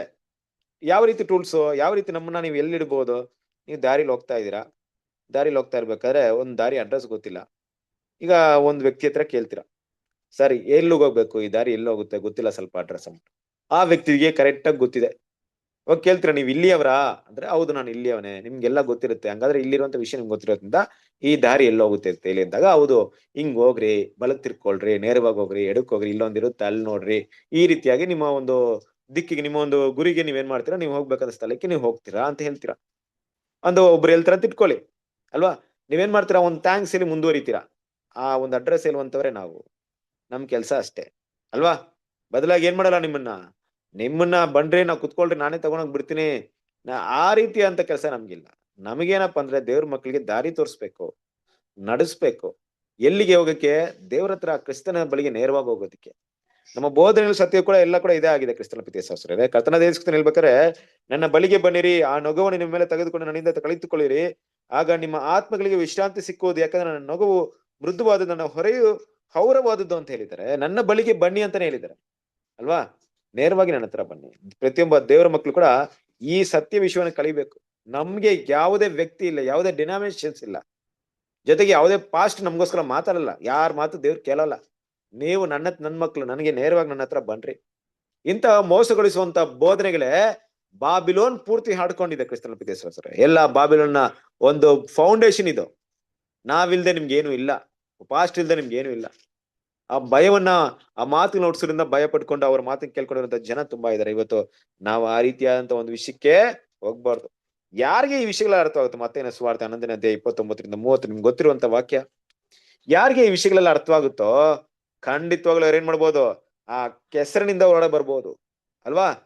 ಆ ಒಂದು ಅನುಮಾನದ ಕೋಟೆಗಳಿಂದ, ಒಣಜಂಬದ ಸಂತೆಯಿಂದ, ಲೌಕಿಕ ಮನಸ್ಸಿಂದ, ಸಿಂಹಗಳಿಂದ ಏನ್ ಮಾಡ್ಬೋದು? ನಾವು ಅದನ್ನ ಬಿಟ್ಟು ಹೊರಡೆ ಬರ್ಬೋದು ಅಲ್ವಾ. ನೋಡಕ್ ಮಾತ್ರ ಸಿಂಹ ಅವರಷ್ಟೇ. ಸಿಂಹ ಹೆಂಗಿದೆ? ಸಿಂಹ ಗರ್ಜನೆ ಮಾಡ್ತಾ ಇದೆ. ಎಲ್ಲೋ ಒಂದ್ ಕಡೆ ಈ ಒಂದು ಫಿಲಿಗ್ರಿಮ್ ಪ್ರೋಗ್ರೆಸ್ ಅಂದ್ಬಿಟ್ಟು ಒಂದು ಇದಿತ್ತು, ನೀವು ಓದಿರ್ಬೋದೇನೋ ಗೊತ್ತಿಲ್ಲ. ಆ ವ್ಯಕ್ತಿ ಹೋಗ್ತಾ ಇರ್ಬೇಕಾದ್ರೆ ಆ ಒಂದು ಸ್ಟೋರಿನ ಬರ್ದಿರ್ತಾರೆ. ಆ ಕೊನೆಗೆ ಪರಲೋಕದ ಹತ್ರ ಹೋಗ್ಬೇಕಾದ್ರೆ 2 ಸಿಂಹಗಳಿರುತ್ತೆ. ಆ ಗೇಟ್ ದಾಟ್ಕೊಳಕ್ ಆಗಲ್ಲ. ಒಂದು ಒಂದು ಕಲ್ಪನೆ ಕಥೆ ಅದು, ಪರಲೋಕಕ್ಕೆ ಹೋಗುವಂತ ದಾರಿಗೆ ಕಲ್ಪನೆ ಕಥೆ ಅಂದ್ಬಿಟ್ಟು ಬರ್ದಿರೋದು. ಆ ಸಿಂಹ ಹತ್ರ ಹೋಗ್ಬೇಕಾದ್ರೆ ಎದುರ್ಕೊಂಡ್ಬಿಡ್ತಾರೆ. 2 ಸಿಂಹ ಇದೆಯಲ್ಲಪ್ಪ, ಹೆಂಗಪ್ಪ ಹೋಗೋದು ಅಂದ್ಬಿಟ್ಟು. ಅವಾಗ ಹಿಂದಿಂದ ಒಬ್ರು ಹೇಳ್ತಾರೆ, ಹೋಗಪ್ಪ ಏನಿಲ್ಲ, ಸಿಂಹನ ಕಟ್ಟಾಕ್ಬಿಟ್ಟಿದ್ದಾರೆ, ಅದೇನು ಮಾಡಲ್ಲ ಅಂದ್ಬಿಟ್ಟು. ಹಾಗೆ ಈ ರೀತಿ ನಮ್ಮನ್ನ ಭಯ ಹುಟ್ಟಿಸುವಂತ ಸಿಸ್ಟಮ್ಸ್ ಇದೆ ಇಲ್ಲಿ. ನಾವು ಅದು ನೋಡ್ಕೊಂಡು ಎದುರುವಂತ ಅವಶ್ಯಕತೆ ಇಲ್ಲ ಅಲ್ವಾ. ಆದ್ರೆ ಹಿಂದೆ ಒಂದು ಜಂಬ ಇದೆ, ಒಣ ಹೆಮ್ಮೆ ಇದೆ. ನಾವೇ ಶ್ರೇಷ್ಠರು, ನಾವೇ ಪರಲೋಕಕ್ಕೆ ಹೋಗೋರು, ಮಿಕ್ಕಿದಲ್ಲಿ ನರಕಕ್ಕೆ ಹೋಗೋರು ಅಂತ ಸುಳ್ಳು ಹೇಳ್ಕೊಂತ ಸುಳ್ಳಾದ ವಿಷಯಗಳಿದೆ. ಆ ಒಳಸು, ಆ ಕೆಸರು, ಅದನ್ನೆಲ್ಲವನ್ನ ಬಿಟ್ಟು ಏನ್ ಮಾಡ್ಬೇಕು ದೇವ್ರ ಮಕ್ಕಳು? ಆ ಹೊರೆನ ತೆಗ್ದಾಕ್ಬಿಡೋಣ, ಕ್ರಿಸ್ತನ ಹತ್ರ ನೇರವಾಗಿ ಬರೋಣ. ತೆಗೆದುಬಿಡಾಕ್ಬಿಡೋಣ. ಡಿನಾಮಿನೇಷನ್ ಅಂತ ಹೊರೆನ ತೆಗೆದು ಬಿಸಾಕ್ಬಿಡ್ಬೇಕು. ತೆಗೆದು ಬಿಸಾಕಿ ನೇರವಾಗಿ ಕರ್ತನ ಹತ್ರ ಬರ್ಬೇಕು. ಕರ್ತನಿಗೂ ನಮಗಿರುವಂತ ಒಂದು ಕನೆಕ್ಷನ್ಸ್ ಅಲ್ಲಿ ಸೆಂಟ್ರಲ್ ಯಾರು ಇರ್ಬಾರ್ದು ಕ್ರಿಸ್ತನ ಪ್ರೀತಿಯ ಸರ್. ಯಾವ್ದೇ ಬ್ರದರ್ ಇರ್ಬಾರ್ದು, ಯಾವ್ದೇ ಸಿಸ್ಟರ್ ಇರ್ಬಾರ್ದು. ನನಗೂ ಕರ್ತನಿಗೂ ನೇರವಾದಂತ ಸಂಪರ್ಕ ಇರ್ಬೇಕು. ಪ್ರತಿದಿನ ಸಂಪರ್ಕ ಇದೆಯಾ? ಆ ಸಂಪರ್ಕ ಪಡ್ಕೊಳಕ್ಕೆ ದೇವ್ರು ನಮ್ಮನ್ನ ಕರೆದಿರೋದು. ಯಾರೋ ಮೂಲಕ ಬನ್ರಿ ಅಂತಲ್ಲ. ಬ್ರೋಕರ್ ಅಲ್ಲ ನಾವು, ಯಾರು ಇಲ್ಲಿ ಬ್ರೋಕರ್ ಕೆಲಸ ಮಾಡೋರಲ್ಲ. ನಾವು ಇನ್ಶೂರೆನ್ಸ್ ಪಾಲಿಸಿ ಹೋಲ್ಡರ್ ಅಲ್ಲ. ನಾವು ನಿಮ್ನ ಏನ್ ಮಾಡಲ್ಲ, ನಿಮ್ಗೆ ಇನ್ಶೂರೆನ್ಸ್ ನ ಇದ್ ಮಾಡ್ತಾರಲ್ವಾ, ಅಂತ ವ್ಯಕ್ತಿಗಳಲ್ಲ ಅಲ್ವಾ. ಅಡ್ವೈಸರ್ ಅಲ್ಲ, ಏನು ಅಲ್ಲ. ನಾವು ಪ್ರತಿಯೊಬ್ಬರು ದೇವ್ರ ಮಕ್ಳಿಗೆ ಬರೋದಕ್ಕೆ ನಾವೆಲ್ಲ ಒಂದು ಟೂಲ್ಸ್ ಆಗಿರ್ಬೇಕಿದೆ. ನೀವು ಕೂಡ ಅಷ್ಟೇ. ಇವತ್ತು ನಾವೇನ್ ಮಾಡಿದೀವಿ ಅದನ್ನ ನೀವು ಮಾಡ್ತೀರಾ. ನಾಳೆ ದಿವಸ ನಿಮ್ಮಲ್ಲಿ ಒಬ್ರು ನಮ್ಮೆಲ್ಲ ಕಲ್ತ್ಬಿಟ್ಟು, ಓಕೆ ಇಲ್ಲ ನಾನು ಒಬ್ಬ ಸಭೆ ಚರ್ಚ್ ಓಪನ್ ಮಾಡ್ತೀನಿ, ನಾನೊಂದು ಸಭೆನ ನಡೆಸ್ತೀನಿ, ನಾನು ಇಲ್ದಾಗ ನೀವೆಲ್ಲ ಕೇಳ್ಬೇಕು, ನಾನೇ ಫಾಸ್ಟ್, ಇಂತ ಒಂದು ಸಿಸ್ಟಮ್ಗೆ ನಾವ್ ಯಾರು ಯಾವಾಗ್ಲೂ ಹೋಗ್ಬಾರ್ದು ಕ್ರಿಸ್ತನ ಪ್ರೀತಿಯ ಸರ ಅಲ್ವಾ. ಇವತ್ತು ನಾವು ಅದೇ ಮಾದರಿ ತೋರಿಸ್ಕೊಟ್ಟಿದ್ದೀವಿ. ನನಗನ್ಸುತ್ತೆ ನಾವು ಅದೇ ಮಾದರಿ ತೋರಿಸಿದ್ವಿ ಅಂದ್ಬಿಟ್ಟು. ನಮ್ನ ಯಾರು ಕೂಡ ಏನ್ ಮಾಡಿಲ್ಲ, ಒಂದು ಪಾಸ್ಟ್ ರೀತಿಯಲ್ಲಿ ಸಭೆಗಳಲ್ಲಿ ಹೆಸರು ಕೈಸಿ ನಡೆಸುವಂತ ರೀತಿಯಲ್ಲಿ ನಾವ್ ಯಾರು ನಡೆಸ್ತಾ ಇಲ್ಲ.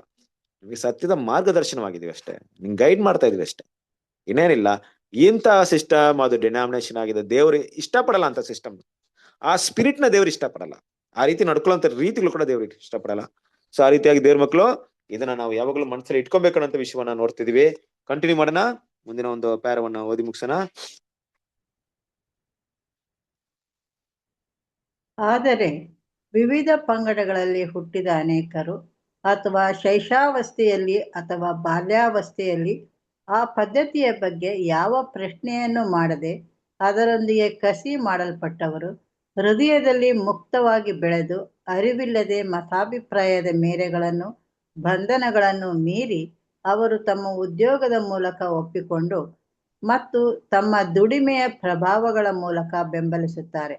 ಇವರಲ್ಲಿ ಕೆಲವರು ಸಂಪೂರ್ಣ ಸ್ವಾತಂತ್ರ್ಯದ ಸೌಕರ್ಯಗಳನ್ನು, ಪಂಗಡವಾದಿಗಳ ಬಂಧನದಲ್ಲಿರುವ ನ್ಯೂನತೆಗಳನ್ನು ಹಾಗೂ ಗ್ರಹಿಸಿದ್ದಾರೆ. ಇದುವರೆಗೆ ಸುಗ್ಗಿಯ ಕಾಲದಲ್ಲಿ ಪೂರ್ತಿಯಾದ ಪೂರ್ಣವಾದ ಪ್ರತ್ಯೇಕತೆಯು ಪ್ರಚೋದಿಸಲ್ಪಟ್ಟಿಲ್ಲ. ಪಾತ್ರೆಗಳನ್ನು, ಅಂದರೆ ಕರ್ತನ ಆರಾಧನೆಯ ಉಪಕರಣಗಳನ್ನು, ಅಂದರೆ ಕರ್ತನ ಸತ್ಯ ಮತ್ತು ಸಿದ್ಧಾಂತಗಳನ್ನು ಹೊತ್ತ ನೀವು ಅವರುಗಳಿಂದ ಹೊರಗೆ ಬನ್ನಿರಿ, ನೀವು ಶುದ್ಧಿ ಹೊಂದಿರಿ ಎಂಬ ಕರ್ತನ ಸ್ವರವು ಈಗ ಕೇಳಿಸುತ್ತಿದೆ. ತಪ್ಪು ಅಭ್ಯಾಸಗಳಿಂದ ಮತ್ತು ತಪ್ಪು ಸಿದ್ಧಾಂತಗಳಿಂದ ಮುಕ್ತಿ ಹೊಂದಿರಿ. ಯೆಶಾಯ 52:11. ಓಕೆ, ಕೃಷ್ಣನಲ್ಲಿ ಪ್ರೀತಿಯ ಸರಸರಿರೇ, ದೇವರ ಮಕ್ಕಳು ಇಲ್ಲಿ ಗಮನಿಸಬೇಕಾದಂತ ಒಂದು ವಿಷಯ ಅಲ್ವಾ. ಇಲ್ಲಿ 2 ರೀತಿಯಾದಂತ ಒಂದು ಜನರನ್ನು ನೋಡ್ಬೋದು. ಒಂದು ಜನರು ಹೇಗಿದ್ದಾರೆ ಅಂದ್ರೆ, ಒಂದ್ ವೇಳೆ ಅವರು ಹುಟ್ಟಿದಾಗಿಂದಲೇ ಅವರು ಕ್ರೈಸ್ತರಾಗಿಲ್ದೇ ಇರ್ಬೋದು, ಎಲ್ಲೋ ಒಂದು ಸಮಯದಲ್ಲಿ ಸತ್ಯವನ್ನ ತಿಳ್ಕೊಂಡಿರ್ಬೋದು. ಸತ್ಯವನ್ನ ತಿಳ್ಕೊಳ್ಳೋದಕ್ಕೆ ಅವ್ರು ಯಾವುದೋ ಒಂದು ಕ್ರೈಸ್ತ ಪಂಗಡ ಕಾರಣವಾಗಿರ್ಬೋದು, ಕ್ರೈಸ್ತ ವ್ಯಕ್ತಿ ಕಾರಣವಾಗಿರ್ಬೋದು, ಯಾವುದೇ ಜೀವನದಲ್ಲಿ ಒಳ್ಳೆ ಘಟನೆ ನಡೆದಿರ್ಬೋದು, ಅದ್ಭುತ ಕಾರ್ಯಗಳೇ ನಡೆದಿರ್ಬೋದು. ಆದ್ರಿಂದ ಕ್ರಿಸ್ತನ ಅಂಗೀಕರಿಸಿ ದೇವ್ರ ವಾಕ್ಯನ ಓದಿರ್ಬೋದು, ವಾಕ್ಯನ ಓದ್ತಾ ಅವ್ರಿಗೆ ಏನ್ ಅನ್ಸಿರ್ಬೋದು, ದೇವ್ರ ವಾಕ್ಯದ ಮೇಲೆ ಆಸಕ್ತಿ ಬಂದಿರ್ಬೋದು, ಇನ್ನು ಕಳಿಬೇಕಂತ ಆಸೆ ಬಂದಿರ್ಬೋದು. ಆ ರೀತಿ ಆಸೆ ಇದ್ದವರು ಆ ಸತ್ಯವನ್ನು ಹುಡ್ಕೊಂಡು ಹೋಗಿ ಕೊನೆಗೆ ಒಂದು ದಿನ ಈ ನನಗೆ ಮಾರ್ಗದರ್ಶನ ಕೊಟ್ಟ ಕ್ರಿಸ್ತನ ಬಗ್ಗೆ ಹೇಳ್ಕೊಟ್ಟಂತ ಈ ಡೆನಾಮಿನೇಷನ್ ಎಲ್ಲ ಸುಳ್ಳೆ ತಪ್ಪೇ ಬೋಧಿಸ್ತಾ ಇದಾರೆ ಅಂತ ಕಂಡಿಡಿಬಹುದು. ಅದು ಒಂದು ರೀತಿಯಾದಂತ ಒಂದು ವಿಷಯ. ಇನ್ನೊಂದು ವಿಷಯ ಏನಪ್ಪಾ ಅಂದ್ರೆ, ಅನೇಕರು ಅಲ್ಲೇ ಹುಟ್ಟಿರ್ತಾರೆ, ಅಲ್ಲೇ ಬೆಳೆದಿರ್ತಾರೆ. ಹೇಗೆ ಧರ್ಮಶಾಸ್ತ್ರಕ್ಕೆ ಅಧೀನರಾದೋ, ಧರ್ಮಶಾಸ್ತ್ರ ಹುಟ್ಟುತ್ತಾರೋ ಬೆಳಿತಾರೋ, ಹುಟ್ಟಿದಾಗಲೇ ಧರ್ಮಶಾಸ್ತ್ರದಲ್ಲಿ ಬೇಕಾ ಅದನ್ನ ಬಿಟ್ಟು ಹೊರಡ ಬರೋದು ತುಂಬಾನೇ ಕಷ್ಟ ಆಗ್ಬಿಡುತ್ತೆ. ಅಲ್ಲೇ ಹುಟ್ಟಿ ಬೆಳೆದು ಪ್ರತಿಯೊಂದು ಕೂಡ ಏನ್ ಮಾಡ್ತಾರೆ ಅಂದ್ರೆ, ಅದ್ರೊಳಗೆ ಬೆಡ್ತೋಗಿರ್ತಾರೆ ಅವರು, ಅಲ್ವಾ? ಅವ್ರನ್ನ ಸಪರೇಷನ್ ಮಾಡಕ್ಕಾಗಲ್ಲ ಅನ್ನೋ ರೀತಿಯಲ್ಲಿ ಅವ್ರು ಇರ್ಬೋದು. ಆದ್ರೂ ಕೂಡ ಕ್ರಿಸ್ತನ ಪ್ರೀತಿ ಸಹೋದರರೇ, ಅಂತಹವರು ಕೂಡ ಕೆಲವರು ಏನ್ ಮಾಡ್ತಾರೆ, ಕೆಲವೊಂದು ಸಮಯದಲ್ಲಿ ಕೆಲವೊಂದು ವಿಷಯಗಳನ್ನ ಕಂಡಿಡಿತಾರೆ. ಯಾವ ರೀತಿ ಅಂದ್ರೆ, ಅವ್ರು ಯಾವಾಗ್ಲೂ ಏನಾಗಿರಲ್ಲ ಅಂದ್ರೆ, ಆ ಸಂಸ್ಥೆಗಳಿಗೆ ಅಧೀನರಾಗಿರೋಲ್ಲ. ಅವರು ಆ ಸಂಸ್ಥೆಗಳಿಗೆ ಅಧೀನರಾಗಿ ಆ ಸಂಸ್ಥೆಗಳಿರುವಂತ ಮಾತುಗಳನ್ನ ಕೇಳ್ಕೊಂಡು ಬದುಕ್ಬೇಕಂತಿರಲ್ಲ. ತಮ್ಮಲ್ಲಾಗಿರುವಂತ ಕೆಲಸವನ್ನು ಮಾಡ್ಕೊಂಡು, ತಮ್ಮಲ್ಲಾದಂತ ವಿಷಯ ಮಾಡ್ಕೊಂಡು, ಯಾರಿಗೂ ಡಿಪೆಂಡ್ ಆಗಿರುತ್ತೆ, ಅವ್ರಿಗೇನೋ ಸ್ವಲ್ಪ ಕೊಟ್ಕೊಂಡು ಜೀವನ ಸಾಧಿಸ್ತಾ ಇರ್ತಾರೆ. ಆ ರೀತಿಯಾದಂತ ಒಂದು ಗುಣಗಳನ್ನ ಹೊಂದ್ಕೊಂಡಿರ್ತಾರೆ ಅವರು, ಅಲ್ವಾ? ಅವ್ರಿಗೆ ಸಪೋರ್ಟ್ ಮಾಡ್ತಾ ಇರ್ತಾರೆ. ಆದ್ರೆ ಯಾವಾಗ್ಲೂ ಅವ್ರನ್ನ ಡಿಪೆಂಡ್ ಆಗಿರಲ್ಲ ಅವರು ಅಂತ ಭಾವನೆಯಲ್ಲಿ ಕೂಡ ಕೆಲವರು ಇರ್ತಾರೆ. ಕಾಲಾಂತರದಲ್ಲಿ ಅವ್ರಿಗೆ ಏನಾಗುತ್ತಂದ್ರೆ, ಆ ಸತ್ಯನ ಗ್ರಹಿಸ್ಕೊಳ್ಳಕ್ಕೆ ಅವ್ರಿಗೆ ಸಮಯ ಸಿಕ್ಬಿಡುತ್ತೆ. ಎಲ್ಲೋ ಒಂದ್ ಕಡೆ ಏನ್ ಮಾಡ್ತಾರೆ, ಸತ್ಯ ಅವರಿಗೆ ಸಿಕ್ಬಿಡುತ್ತೆ. ಸತ್ಯ ಸಿಗುತ್ತೆ ಕ್ರಿಸ್ತನ ಪ್ರೀತಿಯ ಸಹೋದರರೇ. ಯಾಕಂದ್ರೆ ನೋಡಿ, ಈ ವಾಕ್ಯ ಏನಪ್ಪಾ ಅಂದ್ರೆ, ಆಕೆಯನ್ನು ಬಿಟ್ಟು ಹೊರಗೆ ಬನ್ನಿರಿ ಅನ್ನೋಂತ ಮಾತು ಬರೀ ಮಾತಲ್ಲ ಇದು. ಈ ಮಾತು ಸತ್ಯನೇ ಇದು ಮಾತು. ಇವತ್ತು ನಾವು ನಿಮ್ಮನ್ನ ಬಂದ್ಬಿಟ್ಟು ಬಾಬಿಲೋನಿಂದ ಇರ್ಬೇಕಾರೆ ಬನ್ರಿ, ಆಕೆಯನ್ನು ಬಿಟ್ಟು ಹೊರಗೆ ಬನ್ರಿ ಅಂತ ಒಂದೇ ಒಂದು ಮಾತು, ಒಂದೇ ಸೆಂಟೆನ್ಸ್ ಅಲ್ಲಿ ನೀವ್ ಯಾರು ಬರ್ತಾ ಇರ್ಲಿಲ್ಲ. ಆಕೆಯನ್ನು ಬಿಟ್ಟು ಹೊರಗೆ ಬನ್ನಿರಿ ಅನ್ನೋದು ಒಂದು ಸತ್ಯ, ಒಂದು ಕಂಪ್ಲೀಟ್ ಟ್ರೂತ್ ಅದು. ಇವತ್ತು ನಿಮ್ಗೆ ತಗೊಂಡಿರುವಂತ ಬೇಸಿಕ್ ಕ್ಲಾಸ್ ಇರ್ಬೋದು, ಬಿಗಿನಿಂಗ್ ಕೊಟ್ಟಿರುವಂತ ಆರಂಭ ಸತ್ಯ ಇರ್ಬೋದು, ಇದೇ ಆಕೆಯನ್ನು ಬಿಟ್ಟು ಹೊರಗೆ ಬಂದಿರುವಂತ ಕರೆ. ಆ ದೊಡ್ಡ ಸತ್ಯನೇ ಆ ಕರೆ ನಿಮ್ಮನ್ನ ಅಲ್ಲಿಂದ ಕರೀತು ಅಷ್ಟೇ. ನಿಮ್ಗೆ ಆ ಸತ್ಯ ಕೇಳಿದಾಗ ಅಂತವರ ಬಳಿ ಯಾರು ಅದನ್ನೇ ಮಾತಾಡ್ಬೇಕಾದ್ರೆ ಅದರೊಂದಿಗೆ ಕಸಿ ಮಾಡಲ್ಪಟ್ಟವರು, ಅಂದ್ರೆ ಕಸಿ ಅಂದ್ರೆ ಗೊತ್ತಲ್ವಾ ನಿಮ್ಗೆ? ಒಂದು ಗಿಡದಲ್ಲಿ ಇನ್ನೊಂದು ಗಿಡವನ್ನ ತಗೊಂಡ್ ಜಾಯಿನ್ ಮಾಡಿ ಅದನ್ನ ಬೆಳೆಸ್ತಾ ಇರ್ತಾರೆ. ಅದ್ ಬೆಳೆದ ತಕ್ಷಣ ಆ ಒಂದು ಗಿಡದ ಬೇರಿನಿಂದ ಬರುವಂತ ಎಲ್ಲಾ ಒಂದು ಅಂಶಗಳನ್ನ ಹೀಡ್ಕೊಳ್ತಾ ಇರುತ್ತೆ, ಅದರಿಂದನೇ ಬೆಳೀತಾ ಇರುತ್ತೆ. ಇವರು ಕೂಡ ಹೀಗೆ ಇರಬಹುದು ಕೆಲವೊಂದು ಕಾಲದಲ್ಲಿ. ಇನ್ನೇನ್ ನಾವು ಅವ್ರನ್ನ ಬಿಟ್ಟು ಸಪರೇಟ್ ಆಗಲ್ವೇನೋ? ಮೇ ಬಿ ರೋಮನ್ ಕ್ಯಾಥಲಿಕ್ ಇರ್ಬೋದು, ಬೇರೆ ಪಂಗಡಗಳಿರ್ಬೋದು, ಅಲ್ವಾ? ಬೇರೆ ಡಿನಾಮಿನೇಷನ್ಸ್ ಇರ್ಬೋದು. ಈ ಡಿನಾಮಿನೇಷನ್ ಎಲ್ಲ ಬಿಟ್ಟು ಏನ್ ಮಾಡಕ್ಕಾಗಲ್ಲ, ನಾವ್ ಈಚೆ ಬರಕ್ಕೆ ಆಗಲ್ವೇನೋ ಅನ್ನೋ ರೀತಿಯಲ್ಲಿ ಕೂಡ ಇರ್ಬಹುದು ಕ್ರಿಸ್ತನ ಪ್ರೀತಿಯ ಸಹೋದರರೇ. ಆ ರೀತಿ ಇದ್ರೂ ಕೂಡ ಕೆಲವೊಂದು ಟೈಮಲ್ಲಿ ಸತ್ಯ ಅವರಿಗೆ ತಿಳಿಸಲ್ಪಟ್ಟಾಗ, ಅಲ್ವಾ, ಕರ್ತನ ಪಾತ್ರೆಯನ್ನು ತಗೊಂಡು ಹೋಗಿರುವಂತವ್ರು ಆ ವಿಷಯವನ್ನು ಅವರಿಗೆ ತಿಳಿಸ್ಕೊಟ್ಟಾಗ, ಸುಗ್ಗಿಯ ಕಾಲದಲ್ಲಿ ಆ ಒಂದು ವಿಷಯ ಗ್ರಹಿಸ್ಕೊಂಡಾಗ ಅವ್ರು ಏನ್ ಮಾಡ್ಬೋದು, ಅವರು ಕೂಡ ಹೊರಗಡೆ ಬರ್ಬೋದು. ಖಂಡಿತ ಈ ವಿಷಯ ಅವ್ರಿಗೆ ಗ್ರಹಿಸ್ಕೊಳ್ಬಹುದು. ಆತನ ಸ್ವರವನ್ನು ಅವ್ರು ಕೇಳ್ಬಹುದು. ಏನ್ ಮಾಡ್ಬೋದು, ಆ ತಪ್ಪಾದ ಬೋಧನೆಗಳು, ಆ ಸಿಸ್ಟಮ್, ಆ ಪದ್ಧತಿಗಳು ಎಲ್ಲದರಿಂದ ಏನ್ ಮಾಡ್ಬೋದು, ಅವರು ಹೊರಗಡೆ ಖಂಡಿತವಾಗ್ಲೂ ಬರ್ಬೋದು. ಅದನ್ನೇ ವಾಕ್ಯ ನೋಡ್ತೀವಿ, ಏಷ್ಯಾ 52ನೇ ಅಧ್ಯಾಯ 11ನೇ ವಾಕ್ಯ ಹೋದ್ರಿ. ಏಷ್ಯಾ 52:11. ತೊಲಗಿರಿ, ಬಾಬೆಲಿಂದ ಹೊರಡಿರಿ, ಅಶುದ್ಧವಾದ ಯಾವುದನ್ನು ಮುಟ್ಟದಿರಿ, ಅದರ ಮಧ್ಯದೊಳಗಿಂದ ತೆರಳಿರಿ. ಯೆಹೋವನ ಆರಾಧನೆಯ ಉಪಕರಣಗಳನ್ನು ಹೊರುವವರೇ, ಶುದ್ಧರಾಗಿರಿ. ಅಲ್ವರಾ? ಏನಂತಿದ್ರೆ, ಕರ್ತನ ಪಾತ್ರೆಯನ್ನು ಹೊರುವವರೇ, ಅಲ್ವಾ? ಕರ್ತನ ಪಾತ್ರೆ ಅಂದ್ರೆ ಏನಪ್ಪಾ ಅಂದ್ರೆ, ಕರ್ತನ ಸತ್ಯ ಮತ್ತು ಆತನ ಸಿದ್ಧಾಂತಗಳು. ಆ ಒಂದು ಪಾತ್ರವನ್ನು ಹೊರ್ಕೊಳ್ಳುವಂತವ್ರೆ, ನೀವೇನ್ ಮಾಡ್ರಿ, ಹೊರಗಡೆ ಬನ್ರಿ. ಕೆಲವೊಂದ್ ಟೈಮಲ್ಲಿ ಏನಾಗುತ್ತಂದ್ರೆ, ನಿಜವಾಗ್ಲೂ ಸತ್ಯಕ್ಕೋಸ್ಕರ ನಿಂತ್ಕೊಂಡಿರೋರು ನಾವು ಹೊತ್ಕೊಂಡಿರುವಂತ ಪಾತ್ರೆ ಸುಳ್ಳಾದ ಪಾತ್ರೆ ಅಂತ ಕಂಡಿಡಿತಾರೆ. ನಾವು ಹೊತ್ಕೊಂಡಿರುವಂತ ಪಾತ್ರೆ ಬಾಬಿಲೋನಿನ ಪಾತ್ರೆ ಅಂತ ಕಂಡಿಡಿತಾರೆ. ಅವ್ರೇನ್ ಮಾಡ್ತಾರೆ, ಅಲ್ಲಿಂದ ಬಿಟ್ಟು ಅವ್ರು ತಮ್ಮನ್ನ ಹೊರಗಡೆ ಬರ್ತಾರೆ ಅನ್ನೋಂಥ ವಿಷಯವನ್ನ ನೋಡ್ತಾರೆ. ಕ್ರಿಸ್ತನ ಪ್ರೀತಿಯ ಸಹೋದರರೇ, ಈ ಕರೆ ಎಷ್ಟು ಶ್ರೇಷ್ಠವಾಗಿದೆ ಅಂದ್ರೆ, ಈ ಕರೆನ ಕೊಡೋದಕ್ಕೆ ದೇವ್ರ ಮಕ್ಕಳನ್ನ ನಮ್ಮನ್ನೆಲ್ಲ ಯೂಸ್ ಮಾಡ್ತಾರ ದೇವ್ರು. ಈ ಕರೆ ವಿಷಯದಲ್ಲಿ, ಈ ಸುಗ್ಗಿಯ ವಿಷಯದಲ್ಲಿ ನಾವು ಕೆಲಸಗಾರರು ಅಷ್ಟೇ, ಅಲ್ವಾ? ನಮ್ಮ ಯಜಮಾನನು ಕರ್ತನಾದ ಯೇಸು ಕ್ರಿಸ್ತ, ನಮಗ್ ಕೆಲಸಗಾರರು. ಆ ಸುಗ್ಗಿಗೆ ಮಾಡುವಂತ ಕೂಲಿನ ಖಂಡಿತವಾಗ್ಲೂ ದೇವ್ರು ಏನ್ ಮಾಡ್ತಾರೆ, ಖಂಡಿತ ಕೊಡ್ತಾರೆ. ಅದು ಬೇರೆ ವಿಷಯ. ಆದ್ರೆ ನಾವ್ ಯಾರು ಯಜಮಾನರಲ್ಲ. ನಮ್ಮ ಕೆಲಸ ಏನಿದೆ ಅಂದ್ರೆ, ಈ ಸುವಾರ್ಥ ಸುಗ್ಗಿಯ ಕೆಲಸವನ್ನು ಮಾಡುವುದು, ಇದನ್ನ ಸಾರುವುದು. ಯಾರು ಅದನ್ನ ಅರ್ಥ ಮಾಡ್ಕೊಳ್ತಾರೋ ಆ ಕರೆಗೆ ಕಿವಿಗೊಟ್ಟು ಪಾತ್ರೆಗಳನ್ನು, ಅಂದ್ರೆ ಕರ್ತರ ಆರಾಧನೆ ಉಪಕರಣಗಳನ್ನು ಹೊತ್ತ ನೀವು ಅವರುಗಳಿಂದ ಹೊರಬಣಿರಿ, ನೀವು ಶುದ್ಧಿ ಹೊಂದಿರಿ ಎಂಬ ಕರ್ತನ ಸುರ ಅವರಿಗೆ ಕೇಳಿಸುತ್ತೆ.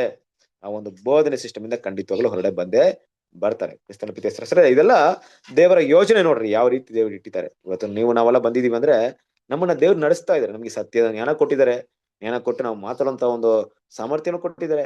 ಕೊಟ್ಟು ನಮ್ಮನ್ನ ಆತನ ಟೂಲ್ಸ್ ಆಗಿ ಉಪಯೋಗ ಮಾಡ್ತಾರೆ, ಆತನ ಸೇವಕರಾಗಿ ಯೂಸ್ ಮಾಡ್ತಾ ಇದಾರೆ. We are servants. ನಾವು ಹೊಲದಲ್ಲಿ ಕೆಲಸ ಮಾಡುವಂತವ್ರು, ಸುಗ್ಗಿಯ ಕಾರ್ಯವನ್ನು ಮಾಡುವಂತವ್ರು. ಅಂತ ಒಂದು ಕೆಲಸಗಳನ್ನ ಮಾಡೋದಕ್ಕೆ ನಾವು ಯೋಗ್ಯರಾಗಿದ್ದೀವಿ ಅಂದ್ರೆ ಆತನ ಕೃಪೆಯಾಗಿದೆ. ಮುಂದೆ ಬರುವಂತ ದಿನಗಳಲ್ಲಿ ಕ್ರಿಸ್ತನ ಪ್ರೀತಿಯ ಸಹೋದರರೇ, ನಮ್ಮನ್ನು ಆದಷ್ಟು ಮಟ್ಟಿಗೆ ಇಂಥ ಒಂದು ವಿಷಯಗಳಿಗೆ ಉಪಯೋಗವಾಗುವಂತ ಪಾತ್ರಗಳಾಗಿ ನಾವಿರ್ಬೇಕು. ದೇವ್ರು ನಮ್ಮನ್ನು ಉಪಯೋಗಿಸುವಂತ ಪಾತ್ರಗಳನ್ನ ಮಾರ್ಪಡಿಸೋಣ. ನಾನೇನ್ ಹೇಳ್ತಾ ಇದ್ದೀನಿ ಅಂದ್ರೆ, ನಾನು ಇವತ್ತು ಸಬ್ಜೆಕ್ಟ್ ಮಾತಾಡ್ತಾ ಇದ್ದೀನಿ, ದೇವ್ರು ನನ್ನ ಉಪಯೋಗ ಮಾಡ್ತಾ ಇದ್ರೆ ಅಂತ ಹೇಳ್ತಾ ಇಲ್ಲ. ಬದಲಾಗಿ ನಿಜವಾಗ್ಲೂ ದೇವ್ರು ನಮ್ಮನ್ನ ಉಪಯೋಗ ಮಾಡ್ಬೇಕಂದ್ರೆ ಈ ಬಾಬಿಲೋನಿನ ಯಾವುದೇ ಗುಣಲಕ್ಷಣ ನಮ್ಮಲ್ಲಿ ಕಾಣಿಸಲ್ಪಡದಾಗಿ ನಾವು ನೋಡ್ಕೊಬೇಕು. ಅದನ್ನ ಬಿಟ್ಟು ನಿಜವಾಗ್ಲೂ ಸಂಪೂರ್ಣವಾಗಿ ಹೊರಡ ಬರೋದನ್ನ ಕಲಿಬೇಕು. ಅದರ ಬೋಧನೆಗಳು, ಅದರ ಸಿಸ್ಟಮ್, ಅದರ ಗುಣಲಕ್ಷಣಗಳು ನಮ್ಮಲ್ಲಿ ಎಲ್ಲೂ ಕೂಡ ಕಾಣಲ್ಪಡದಾಗಿ ನೋಡ್ಕೊಬೇಕು. ಅದು ಖಂಡಿತವಾಗ್ಲೂ ದೇವ್ರು ನಮ್ಮನ್ನ ಬೇರೆ ಬೇರೆ ರೀತಿಯಲ್ಲಿ ಉಪಯೋಗ ಮಾಡ್ತಾರೆ. ಸೊ ಅದರಿಂದ ಇದೆಲ್ಲ ವಿಷಯಗಳನ್ನ ಮನಸ್ಸಲ್ಲಿ ಇಟ್ಕೊಳ್ಳೋಣ. ಬರುವಂತ ದಿನಗಳಲ್ಲಿ ಇನ್ನು ಕೂಡ ಬಾಬಿಲಿನ ವಿಷಯವನ್ನ ನಾವು ಹೆಚ್ಚಾಗಿ ನೋಡೋಣ. ಕ್ರಿಸ್ತನ ಪ್ರೀತಿಯ ಸಹೋದರರೇ, ನಿಮ್ಗೆ ಸಮಯ ಇದ್ರೆ ಒಂದು 5 ನಿಮಿಷದಲ್ಲಿ ಇನ್ನು ಕೆಲವೊಂದು ವಿಷಯ ಮಾತ್ರ ಇದೆ, ಅದನ್ನ ಮುಗಿಸ್ಬಿಡೋಣವಾ? ಓಕೆ ಬ್ರದರ್, ಮಾತಾಡ್ರಿ. ಯಾಕಂದ್ರೆ ನಾವು ಬೇರೆ ಟಾಪಿಕ್ ಹೋಗ್ಬೇಕಾಗಿದೆ. ನಾಳೆ ದಿವಸ ಬೇರೆ ಟಾಪಿಕ್ ಹೋಗೋಣ. ಕಂಟಿನ್ಯೂ ಮಾಡಿ.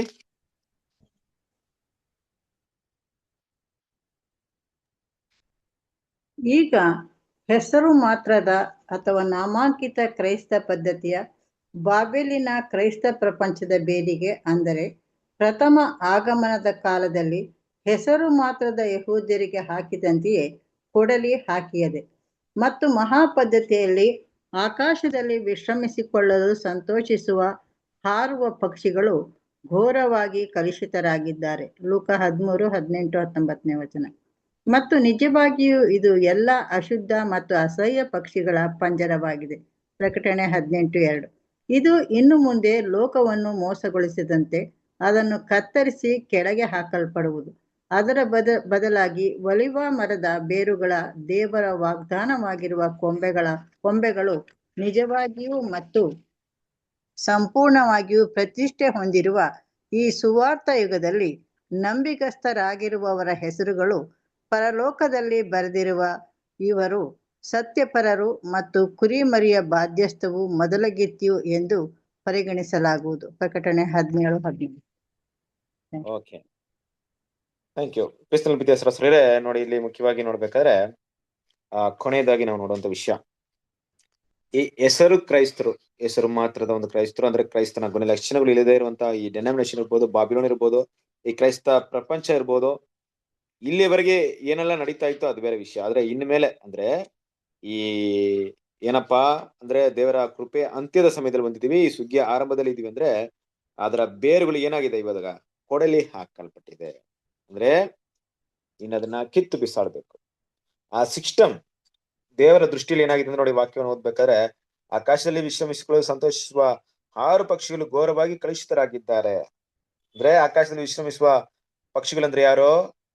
ತುಂಬಾ ಒಂದು ಒಳ್ಳೆ ಪೊಸಿಷನ್ ಇರುವಂತ ಜನರು, ಮೇಲೆ ಇರುವಂತ ಒಂದು ಮೈಂಡ್ ಸೆಟ್ ಇರುವಂತವ್ರು, ಈ ಒಂದು ದೊಡ್ಡ ದೊಡ್ಡ ಡಿನಾಮಿನೇಷನ್ ಇರುವಂತ ಟಾಪ್ ಪೊಸಿಷನ್ ಇರುವಂತವ್ರು ಎಲ್ಲರೂ ಕೂಡ ಕೆಟ್ಟವರಾಗ್ಬಿಟ್ಟಿದ್ದಾರೆ ದೇವರ ದೃಷ್ಟಿ ಅಲ್ವಾ? ಅವ್ರ ಉದ್ದೇಶಗಳು ಏನಪ್ಪಾ ಅಂದ್ರೆ ಆ ಒಂದು ಅಸಹ್ಯವಾದ ಪಕ್ಷಿಗಳಾಗ್ಬಿಟ್ಟಿದೆ. ಈ ಡಿನಾಮಿನೇಷನ್ಸ್ ಎಲ್ಲ ಹೆಂಗಿದೆ ಅಂದ್ರೆ, ಇದನ್ನ ಕಂಟ್ರೋಲ್ ಮಾಡೋರೆಲ್ಲ ದೇವರ ದೃಷ್ಟಿಯಲ್ಲಿ ಅಸಹ್ಯವಾದಂತ ಪಕ್ಷಿಗಳಾಗ್ಬಿಟ್ಟಿದ್ದಾರೆ ಅಲ್ವಾ? ಅಸಹ್ಯ ಪಕ್ಷಿಗಳು ಅಂದ್ರೆ ಗೊತ್ತು ನಿಮ್ಗೆ, ಶುದ್ಧ ಅಶುದ್ಧ ಪಕ್ಷಿಗಳಿದೆಯಲ್ಲ, ಆ ರೀತಿಯಾಗಿ ದೇವರ ದೃಷ್ಟಿಯಲ್ಲಿ ಈ ರೀತಿ ಇರೋದ್ರಿಂದ ದೇವ್ರ ಏನ್ ಮಾಡಿದಾರೆ ಅಂದ್ರೆ ಇದಕ್ಕೆ ಅಂತ್ಯವನ್ನು ತಂದ್ಬಿಟ್ಟಿದ್ದಾರೆ. ಕ್ರಿಸ್ತನ ಪ್ರೀತಿಯ ಸಹೋದರರೇ, ಇನ್ನು ಇವರು ಮೋಸಗೊಳಿಸುವುದು ತುಂಬಾ ಕಷ್ಟವಾದಂತ ವಿಷಯ. ಇವರು ಲೋಕವನ್ನ ಏನ್ ಮಾಡಕ್ಕಾಗಲ್ಲ, ಮೋಸ ಮಾಡೋದು ಕಷ್ಟ ಆಯ್ತು ಅಲ್ವಾ? ಸಮಯ ಅಂತ್ಯಕ್ಕೆ ಬಂದಾಗ ಲೋಕವನ್ನು ಕೂಡ ಇನ್ಮೇಲೆ ಏಮಾರ್ಸಕ್ಕಾಗಲ್ಲ. ಅಷ್ಟರ ಮಟ್ಟಿಗೆ ಏನಾಗುತ್ತಂದ್ರೆ ಹಲವಾರು ವಿಷಯಗಳು ಸತ್ಯದ ಮೂಲಕ ಏನಾಗುತ್ತೆ, ನಡೀತೆ ಅಲ್ವಾ? ನಿಜವಾದಂತ ಒಂದು ಮರ ಅಂದ್ರೆ ಏನಪ್ಪಾ ನೋಡ್ತೀವಿ ಅಂದ್ರೆ, ಈ ಒಲಿ ಮರ ಇದೆಯಲ್ಲ, ಅದರಲ್ಲಿ ಬೆಳೆದಿರುವಂತ ದೇವ್ರ ಮಕ್ಕಳಿಗೆ ಏನಾಗಿದ್ದಾರೆ, ಈಗ ಸಂಪೂರ್ಣ ಸಿದ್ಧವಾಗಿದ್ದಾರೆ. ಈ ಸಾಸಿವೆ ಕಾಳನ್ನ ಹಾಕಿ ಅದರಲ್ಲಿ ಅದು ದೊಡ್ಡ ಮರವಾಗಿ ಬೆಳೆದು ಆ ಮರದಲ್ಲಿ ಸಕಲ ವಿಧವಾದ ಪಕ್ಷಿಗಳು ಗೂಡನ್ನ ಕಟ್ಟಿದೆ ಅಂತ ಹೇಳಿದ ರೀತಿಯಲ್ಲಿ ಇವತ್ತು ನಾವೆಲ್ಲರೂ ಕೂಡ ಆ ಸಾಸಿವೆ ಕಾಳಿನ ಒಂದು ಸಿಸ್ಟಮ್ಗೆ ನಾವು ಹೊಂದ್ಕೊಳ್ದೆ, ಅದು ಮರವಾಗಿರುವಂತ ಆ ಒಂದು ದೊಡ್ಡ ಬಾಬಿಲೋನ್ ಸಿಸ್ಟಮ್ ಹೊಂದ್ಕೊಳ್ದೆ ಈ ಎಣ್ಣೆ ಮರದ ಒಂದು ಇದ್ರಲ್ಲಿ ನಾವೇನಾಗಿದ್ದೀವಿ, ಬೆಳೆದು ಬಂದಿದ್ವಿ ಅಲ್ವಾ? ಎಣ್ಣೆ ಮರದಲ್ಲಿ ಬೆಳೆದು ಬಂದಿರುವಂತ ನಿಜವಾದ ದೇವ್ರ ಮಕ್ಳು ಏನಾಗಿದ್ದಾರೆ, ಕ್ಷಣ ಗಣೇಲಿ ಸಿದ್ಧರಾಗ್ತಾ ಇದ್ದಾರೆ. ಅವರ ಟೈಮ್ ಕೂಡ ಏನಾಗ್ತಿದೆ, ಅವ್ರ ಟೈಮ್ ಕೂಡ ಮುಕ್ತಾಯಕ್ಕೆ ಬರ್ತಾ ಇದೆ. ಆ ಒಂದು ಕೌಂಟ್ ಕೂಡ, ಆ ನಂಬರ್ ಕೂಡ ಕಂಪ್ಲೀಟ್ ಆಗ್ತಾ ಇದೆ. ಖಂಡಿತವಾಗ್ಲು ಆ ನಂಬರ್ ಕಂಪ್ಲೀಟ್ ಆದ್ಮೇಲೆ ಅಲ್ವಾ, ಆ ಮೊದಲಿಗತಿಯಾಗಿ ಕ್ರಿಸ್ತನಿಗೆ ಕುರಿಮರಿಯ ಮೊದಲಿಗತಿಯಾಗಿರುವಂತಹ ಯೇಸು ಕ್ರಿಸ್ತನ ಮೊದಲಿಗತಿಯಾಗಿರುವಂತಹ ಸಭೆ ವರ್ಗ ಎಂಡ್ ಆದ್ಮೇಲೆ ಈ ಬಾಬಿಲೋನ್ ಸರ್ವನಾಶ ಆಗ್ಬಿಡುತ್ತೆ. ಸೊ ಅದ್ರೆ ನಾವು ಮೊದಲಿನ ನೋಡ್ತಾ ಬರ್ತಾ ಇದೀವಿ. ಗೋಧಿ ಕಣಜಕ್ಕೆ ಸೇರಿದ್ಮೇಲೆ ಈಗೆಲ್ಲ ಹಣಜಿಗಳನ್ನ ಸೇರಿಸಿ ಏನ್ ಮಾಡ್ಬೇಕು, ಕಟ್ಟಿ ಬೆಂಕಿಯಲ್ಲಿ ಬಿಸಾಡಬೇಕು. ಆ ಒಂದು ಸಮಯ ಈಗ ತುಂಬಾ ಹತ್ರಕ್ಕೆ ಬರ್ತಾ ಇದೆ ಅಲ್ವಾ. ಅದನ್ನ ಪ್ರಕಟಣೆ 17ನೇ ಅಧ್ಯಾಯ 14ನೇ ವಾಕ್ಯದಲ್ಲಿ ಮಾತಾಡ್ತಾ ಇದ್ರೆ ಕ್ರಿಸ್ತನ ಪ್ರೀತಿಯ ಮುಂದಿನ ಪಾಠ ತುಂಬಾ ಮುಖ್ಯವಾದಂತ ಒಂದು ಪಾಠವಿದೆ. ಅದನ್ನ ಸ್ವಲ್ಪ ತುಂಬಾ ಚೆನ್ನಾಗಿ ಸ್ಟಡಿ ಮಾಡೋಣ. ನಮ್ಮ ಬಗ್ಗೆ ಇರುವಂತ ವಿಷಯ, ಪರೀಕ್ಷಿಸಲ್ಪಡುವ ಪರಿಶೋಧಿಸಲ್ಪಡುವ ಪವಿತ್ರಾಲಯದ ವರ್ಗದವರ ಬಗ್ಗೆ ನೋಡೋಣ. ಸೊ ಸಭೆಗೆ ಸಂಬಂಧಪಟ್ಟಂತ ವಿಷಯ. ಹಾಗಾಗಿ ಇಲ್ಲಿವರೆಗೆ ಕೇಳಿದಂತ ಪಾಠವನ್ನ ದೇವರು ಆಶೀರ್ವದಿಸಲಿ. ಓಕೆ, ಈ ಒಂದು ಪಾಠದ ಕುರಿತಾಗಿ ಏನಾದ್ರು ಒಂದು ವಿಷಯಗಳಿದ್ರೆ ಕೇಳ್ಬಹುದು, ಇಲ್ಲದಿದ್ರೆ ನಾವು ರಾತ್ರಿ ಗೀತೆಗಳನ್ನ ಓದಿ ಪಾಠವನ್ನ ಮುಗಿಸೋಣ. ಬ್ರದರ್, ಈ 110 ಪುಟ 2ರಲ್ಲಿ ಇದೆಯಲ್ಲ ಬ್ರದರ್, ಅಲ್ಲಿ ಒಬ್ಬ ವ್ಯಕ್ತಿ ರೋಮನ್ ಸಭೆಯಲ್ಲಿ ಇರುತ್ತಿದ್ದಾರೆ. ಅವನು ಕಣ್ಣು ತೆರೆಯಲ್ಪಟ್ಟಾಗ ಆದ್ರಿಂದ ಹೊರಗಡೆ ಬಂದಾಗ ಮೆಥಡಿಸ್ಟ್ ಅಥವಾ ಪ್ರೆಸ್ಬಿಟೇರಿಯನ್ ಸಭೆಯಲ್ಲಿ ಕಾಣಿಸ್ಕೊತಾನೆ. ನಂತರ ಅವನು ಇದು ಯಾವ ಸಭೆ, ಬ್ಯಾಪ್ಟಿಸ್ಟ್ ಸಭೆಯಲ್ಲಿ ಕಾಣಿಸ್ಕೊತಾನೆ. ಅಂದ್ರೆ ಒಂದರಿಂದ ಮತ್ತೊಂದಕ್ಕೆ ಸತ್ಯ ಹುಡುಕ್ತಾ ಹೋಗ್ತಾರೆ ಅಂತ. ಹೌದೌದೌದು. ಯಾಕಂದ್ರೆ ಈಗ ರೋಮನ್ ಸಭೆಗಿಂತ ಬೆಟರ್ ಆಗಿರೋದು ಮೆಥಡಿಸ್ಟ್ ನ ಪ್ರೆಸ್ಬಿಟೇರಿಯನ್ ಸ್ವಲ್ಪ ಬೆಟರ್ ಆಗಿರುತ್ತೆ. ಇವ್ರು ಸತ್ಯದಲ್ಲಿ ಸ್ವಲ್ಪ ಹೆಚ್ಚಾಗಿರ್ತಾರೆ. ಹುಡುಕ್ತಾ ಏನ್ ಮಾಡ್ತಾರೆ ಇವರಿಗೆ ಕ್ರಿಸ್ತನ ಪ್ರೀತಿಯ ಸಹೋದರರೇ, ಅಮ್ಮ ಇದು ಕೂಡ ನನ್ನ ಲೈಫಲ್ಲಿ ಹಿಂಗೆ ಆಗಿದ್ದು. ನನಗೆ ಗೊತ್ತಿಲ್ಲ, ಸ್ಟಾರ್ಟಿಂಗ್ ಅಲ್ಲಿ ಆತರ ಇದ್ದೆ. ಆಮೇಲೆ ಸಭೆ ಹುಡ್ಕೊಂಡು ಹೋಗಿದ್ದೀನಿ. ಕೆಲವೊಂದ್ ಕಡೆ ತುಂಬಾ ಒಳ್ಳೆ ಡೀಪ್ ಸಬ್ಜೆಕ್ಟ್ ಇತ್ತು, ಆದ್ರೂ ಅಲ್ಲೂ ತೃಪ್ತಿ ಇರ್ಲಿಲ್ಲ. ಹೀಗೆ ಒಂದು ನಿಜವಾದಂತ ದೇವ್ರ ಮಕ್ಕಳು ಸತ್ಯ ಸಿಗೋರ್ಗು ಬಿಡಲ್ಲ ಅನ್ನೋ ವಿಷಯವನ್ನ ಇಲ್ಲಿ ಮಾತಾಡ್ತಾ ಇದ್ದಾರೆ. ಒಂದು ಎಕ್ಸಾಂಪಲ್ ಕೊಡ್ತಾ ಇದೆ. ರೋಮ್ ಸಭೆಗಿಂತ ಮೆಥಡಿಸ್ಟ್ ಅಲ್ಲಿ ಸತ್ಯ ಇನ್ನೂ ಸ್ವಲ್ಪ ಮೇಲಿರುತ್ತೆ, ಆದ್ರೆ ಸಂಪೂರ್ಣ ಸತ್ಯ ಇರಲ್ಲ. ಅಲ್ಲೂ ಕೂಡ ಅದೇ ಸಿಸ್ಟಮ್ ಇರುತ್ತೆ. ಇನ್ನು ಬೇರೆ ಕಡೆ ಹೋದ್ರು ಕೊನೆಗೆ ಎಲ್ಲೂ ಇರಲ್ಲ. ಕಾರಣ ಏನಪ್ಪಾ ಅಂದ್ರೆ ಸತ್ಯನ ಹುಡುಕ್ತಾರೆ ಅನ್ನೋ ವಿಷಯವನ್ನ ಇಲ್ಲಿ ಮಾತಾಡ್ತಾ ಇದ್ದಾರೆ. ಓಕೆನಾ? ಅರ್ಥ ಆಯ್ತಾ ನಿಮ್ಗೆ? ಅರ್ಥ ಆಯ್ತು ಬ್ರದರ್. ಅದೇ ಒಂದರಿಂದ ಒಂದ್ ಯಾಕೆ ಹೋಗ್ತಾನೆ ಅಂದ್ರೆ ಸತ್ಯ ಹುಡುಕ್ಲಿಕ್ಕೆ. ಸತ್ಯ ಹುಡ್ಕೊಂಡು ಹೋಗೋದಷ್ಟೇ. ಸತ್ಯ ಅವ್ರಿಗೆ ಈಗ ರೋಮಿಂದ ಬರ್ಬೇಕಾದ ತಕ್ಷಣ ಬೈಬಲ್ ದೇವ್ರ ಮಕ್ಳು ಯಾರು ಸಿಕ್ಕಿರಲ್ಲ ಅವ್ರಿಗೆ, ಕರೆಕ್ಟ್ ಅಲ್ವಾ?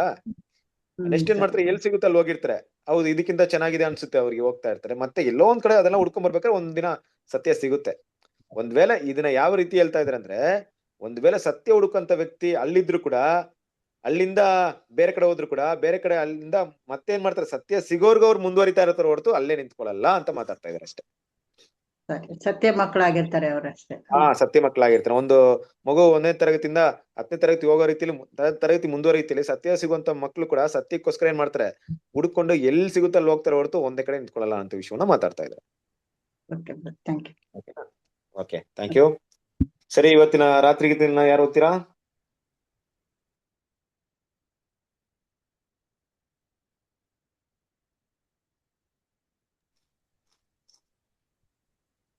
ಯಾರು ಓದ್ತೀರಾ?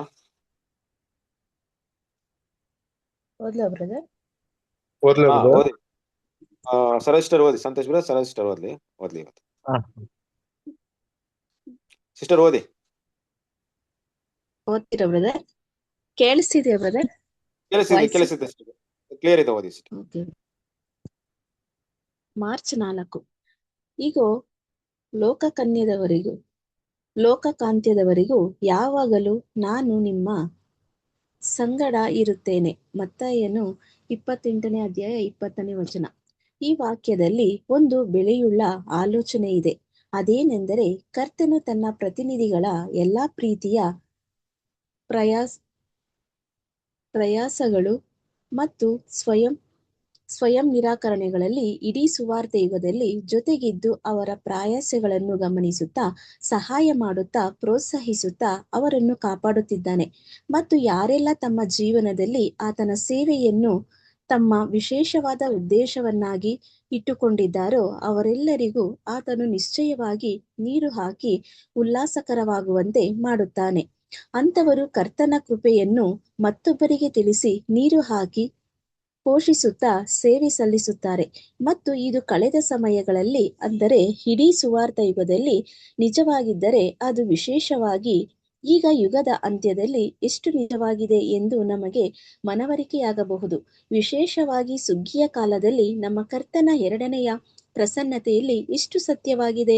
ಆತನು ನಮ್ಮೊಂದಿಗೆ ಇದ್ದು ನಮಗೆ ಅನುಕಂಪ ತೋರಿಸಿ ನಮಗೆ ಸಹಕಾರ ನೀಡಿ ನಮಗೆ ಬರುವ ಎಲ್ಲಾ ವಿಷಯಗಳಲ್ಲಿ ಸಹಾಯ ಮಾಡಿ ಕೃಪೆಯಿಂದ ನಮ್ಮನ್ನು ಕಾಪಾಡಿ ಎಲ್ಲಾ ವಿಧವಾದ ಅನುಭವಗಳಿಂದ ನಮಗೆ ಒಳ್ಳೆಯ ಫಲಗಳು ಉಂಟಾಗುವಂತೆ ಮಾಡಲು ಆತನು ಶಕ್ತನು. ಮತ್ತು ಚಿತ್ತವುಳ್ಳವನೂ ಆಗಿದ್ದಾನೆ ಮತ್ತು ಅಂಧಕಾರದಿಂದ ಆಶ್ಚರ್ಯಕರವಾದ ಬೆಳಕಿಗೆ ಕರೆದಾತನು. ಹೇರಳವಾಗಿ ಆತನ ಸ್ತೋತ್ರಗಳನ್ನು ಪ್ರಚಾರಪಡಿಸುವುದಕ್ಕಾಗಿ ನಮ್ಮನ್ನು ಉಪಯೋಗಿಸುತ್ತಾನೆಂದು ನಾವು ಹೇಗೆ ಅರಿತುಕೊಳ್ಳಬಹುದು? Thank you brother. Thank you sister. ಕ್ರಿಸ್ತನ ಪ್ರೀತಿಯ ಸರಸರಿರೇ, ತುಂಬಾ ಒಳ್ಳೆಯ ಒಂದು ರಾತ್ರಿ ಗೀತೆ, ತುಂಬಾ ಯೂಸ್ಫುಲ್ ಆಗಿತ್ತು. ಕ್ರಿಸ್ತನ ಪ್ರೀತಿಯ ಸರಸರಿರೇ, ಈಗೋ ಲೋಕದ ಅಂತ್ಯದವರೆಗೂ ಯಾವಾಗಲೂ ನಾನು ನಿಮ್ಮ ಸಂಗಡ ಆಗಿರುತ್ತೇನೆ. ನೋಡ್ರಿ, ಇವತ್ತು ನಾವು ತಗೊಂಡಿರುವಂತ ಟಾಪಿಕ್ ಕೂಡ ಇದ್ರಲ್ಲಿ ಇದೆ ಅಲ್ವಾ? ಸೊ ಮೊದ್ಲಿಂದ ದೇವ್ರ ಮಕ್ಳಿಗೋಸ್ಕರ ಆ ಸತ್ಯ ವಿಷಯಗಳನ್ನ ಹೇಳುವಂತವ್ರಿಗೋಸ್ಕರ, ಸತ್ಯವನ್ನ ಸಾರುವಂತವ್ರಿಗೆ ಎಷ್ಟೆಲ್ಲ ಸಹಾಯ ಮಾಡ್ತಾ ಇದೆ, ನಮ್ ಜೊತೆಗಿದ್ದಾರೆ. ಆದ್ರೆ ಈ ಸುಗ್ಗಿಯ ಕಾಲದಲ್ಲಿ ಇನ್ನೂ ಕೂಡ ನಮ್ಮ ಹತ್ರದಲ್ಲಿ ಇದ್ದಾರೆ. ಈ ಸುಗ್ಗಿಯ ಕಾಲ ಅಂತ ಒಂದು ಪಾಯಿಂಟ್ ಬಂದಿದೆ ನೋಡಿ ಅಲ್ವಾ? ನಮ್ಮ ತಗೊಂಡಿರುವಂತ ಈ ಪಾಠಕ್ಕೂ ಈ ಒಂದು ರಾತ್ರಿಗಿದ್ದು ತುಂಬಾ ಸಂಬಂಧವಿದೆ. ಓದ್ದಾಗಲೇ ತುಂಬಾ ಸ್ಪಷ್ಟವಾಗಿ ಗೊತ್ತಾಗ್ತಿದೆ. ಅದರಿಂದ ನಾನು ಅದನ್ನ ಓವರ್ ಎಕ್ಸ್ಪ್ಲೇನ್ ಮಾಡಕ್ ಹೋಗಲ್ಲ. ನೀವೊಂದ್ಸರಿ ಅದನ್ನ ಓದ್ರಿ, ಖಂಡಿತವಾಗ್ಲೂ ಏನಾಗುತ್ತೆ, ನಿಮ್ಗೆ ತುಂಬಾ ಉಪಯೋಗ ಆಗುತ್ತೆ. ಸೊ ದೇವರು ನಿಮ್ಮೆಲ್ಲರನ್ನು ಆಶೀರ್ವದಿಸಲಿ. ಕೊನೆಯದಾಗಿ ನಾವು ಪ್ರಾರ್ಥನೆ ಮಾಡಿ ಮುಗಿಸೋಣ. ಬಸವರಾಜ್ ಬ್ರದರ್, ಪ್ರಾರ್ಥನೆ ಮಾಡ್ತೀರಾ?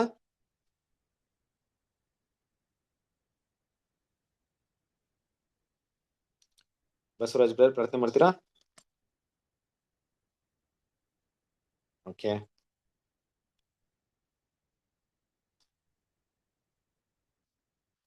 ರವಿ ಬ್ರದರ್, ಪ್ರಾರ್ಥನೆ ಮಾಡ್ತೀರಾ?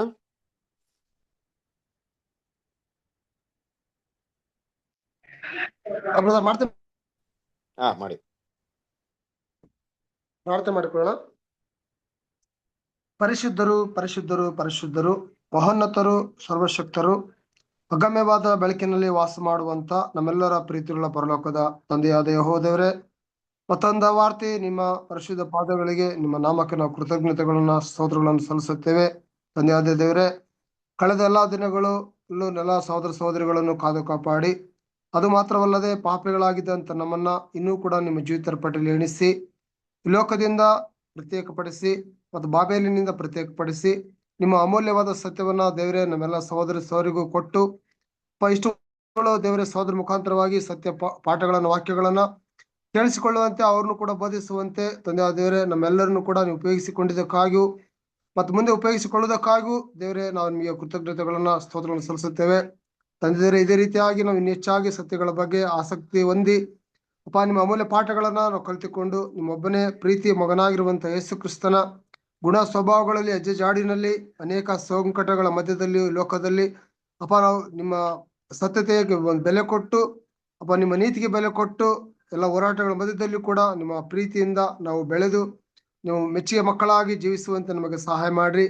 ಈ ಕೂಟದ ಒಂದು ಆರಂಭದಿಂದ ಹಿಡಿದು ಇಲ್ಲಿಯವರೆಗೂ ಸಹೋದರ ಮುಖಾಂತರವಾಗಿ ನಮ್ಮೆಲ್ಲರನ್ನು ಕೂಡ ನಡೆಸಿಕೊಟ್ಟಿದ್ದಕ್ಕಾಗಿಯೂ ನಿಮಗೆ ಕೃತಜ್ಞತೆ ಸಲ್ಲಿಸುತ್ತಾ, ಈ ಚಿಕ್ಕ ಪ್ರಾರ್ಥನೆಯನ್ನ ನಿಮ್ಮ ಪ್ರೀತಿಯ ಒಬ್ಬನೇ ಮಗನು, ನಮ್ಮೆಲ್ಲರ ಕರ್ತನು, ನಮ್ಮ ಒಡೆಯನು, ವಿಮೋಚಕನೂ ಆಗಿರುವ ಯೇಸು ಕ್ರಿಸ್ತನ ಪರಿಶುದ್ಧ ನಾಮದಲ್ಲಿ ಪ್ರಾರ್ಥಿಸಿ ಬೇಡಿ ಹೊಂದಿಕೊಂಡಿದ್ದೇವೆ ನಮ್ಮ ಪರಲೋಕದ ತಂದೆಯೇ. Amen. Thank you brother. Thank you ಎಲ್ಲರಿಗೂ. ನಮಸ್ತೆ. ಕ್ರಿಸ್ತನ ಪ್ರೀತಿಯ ಸಹೋದರರೇ,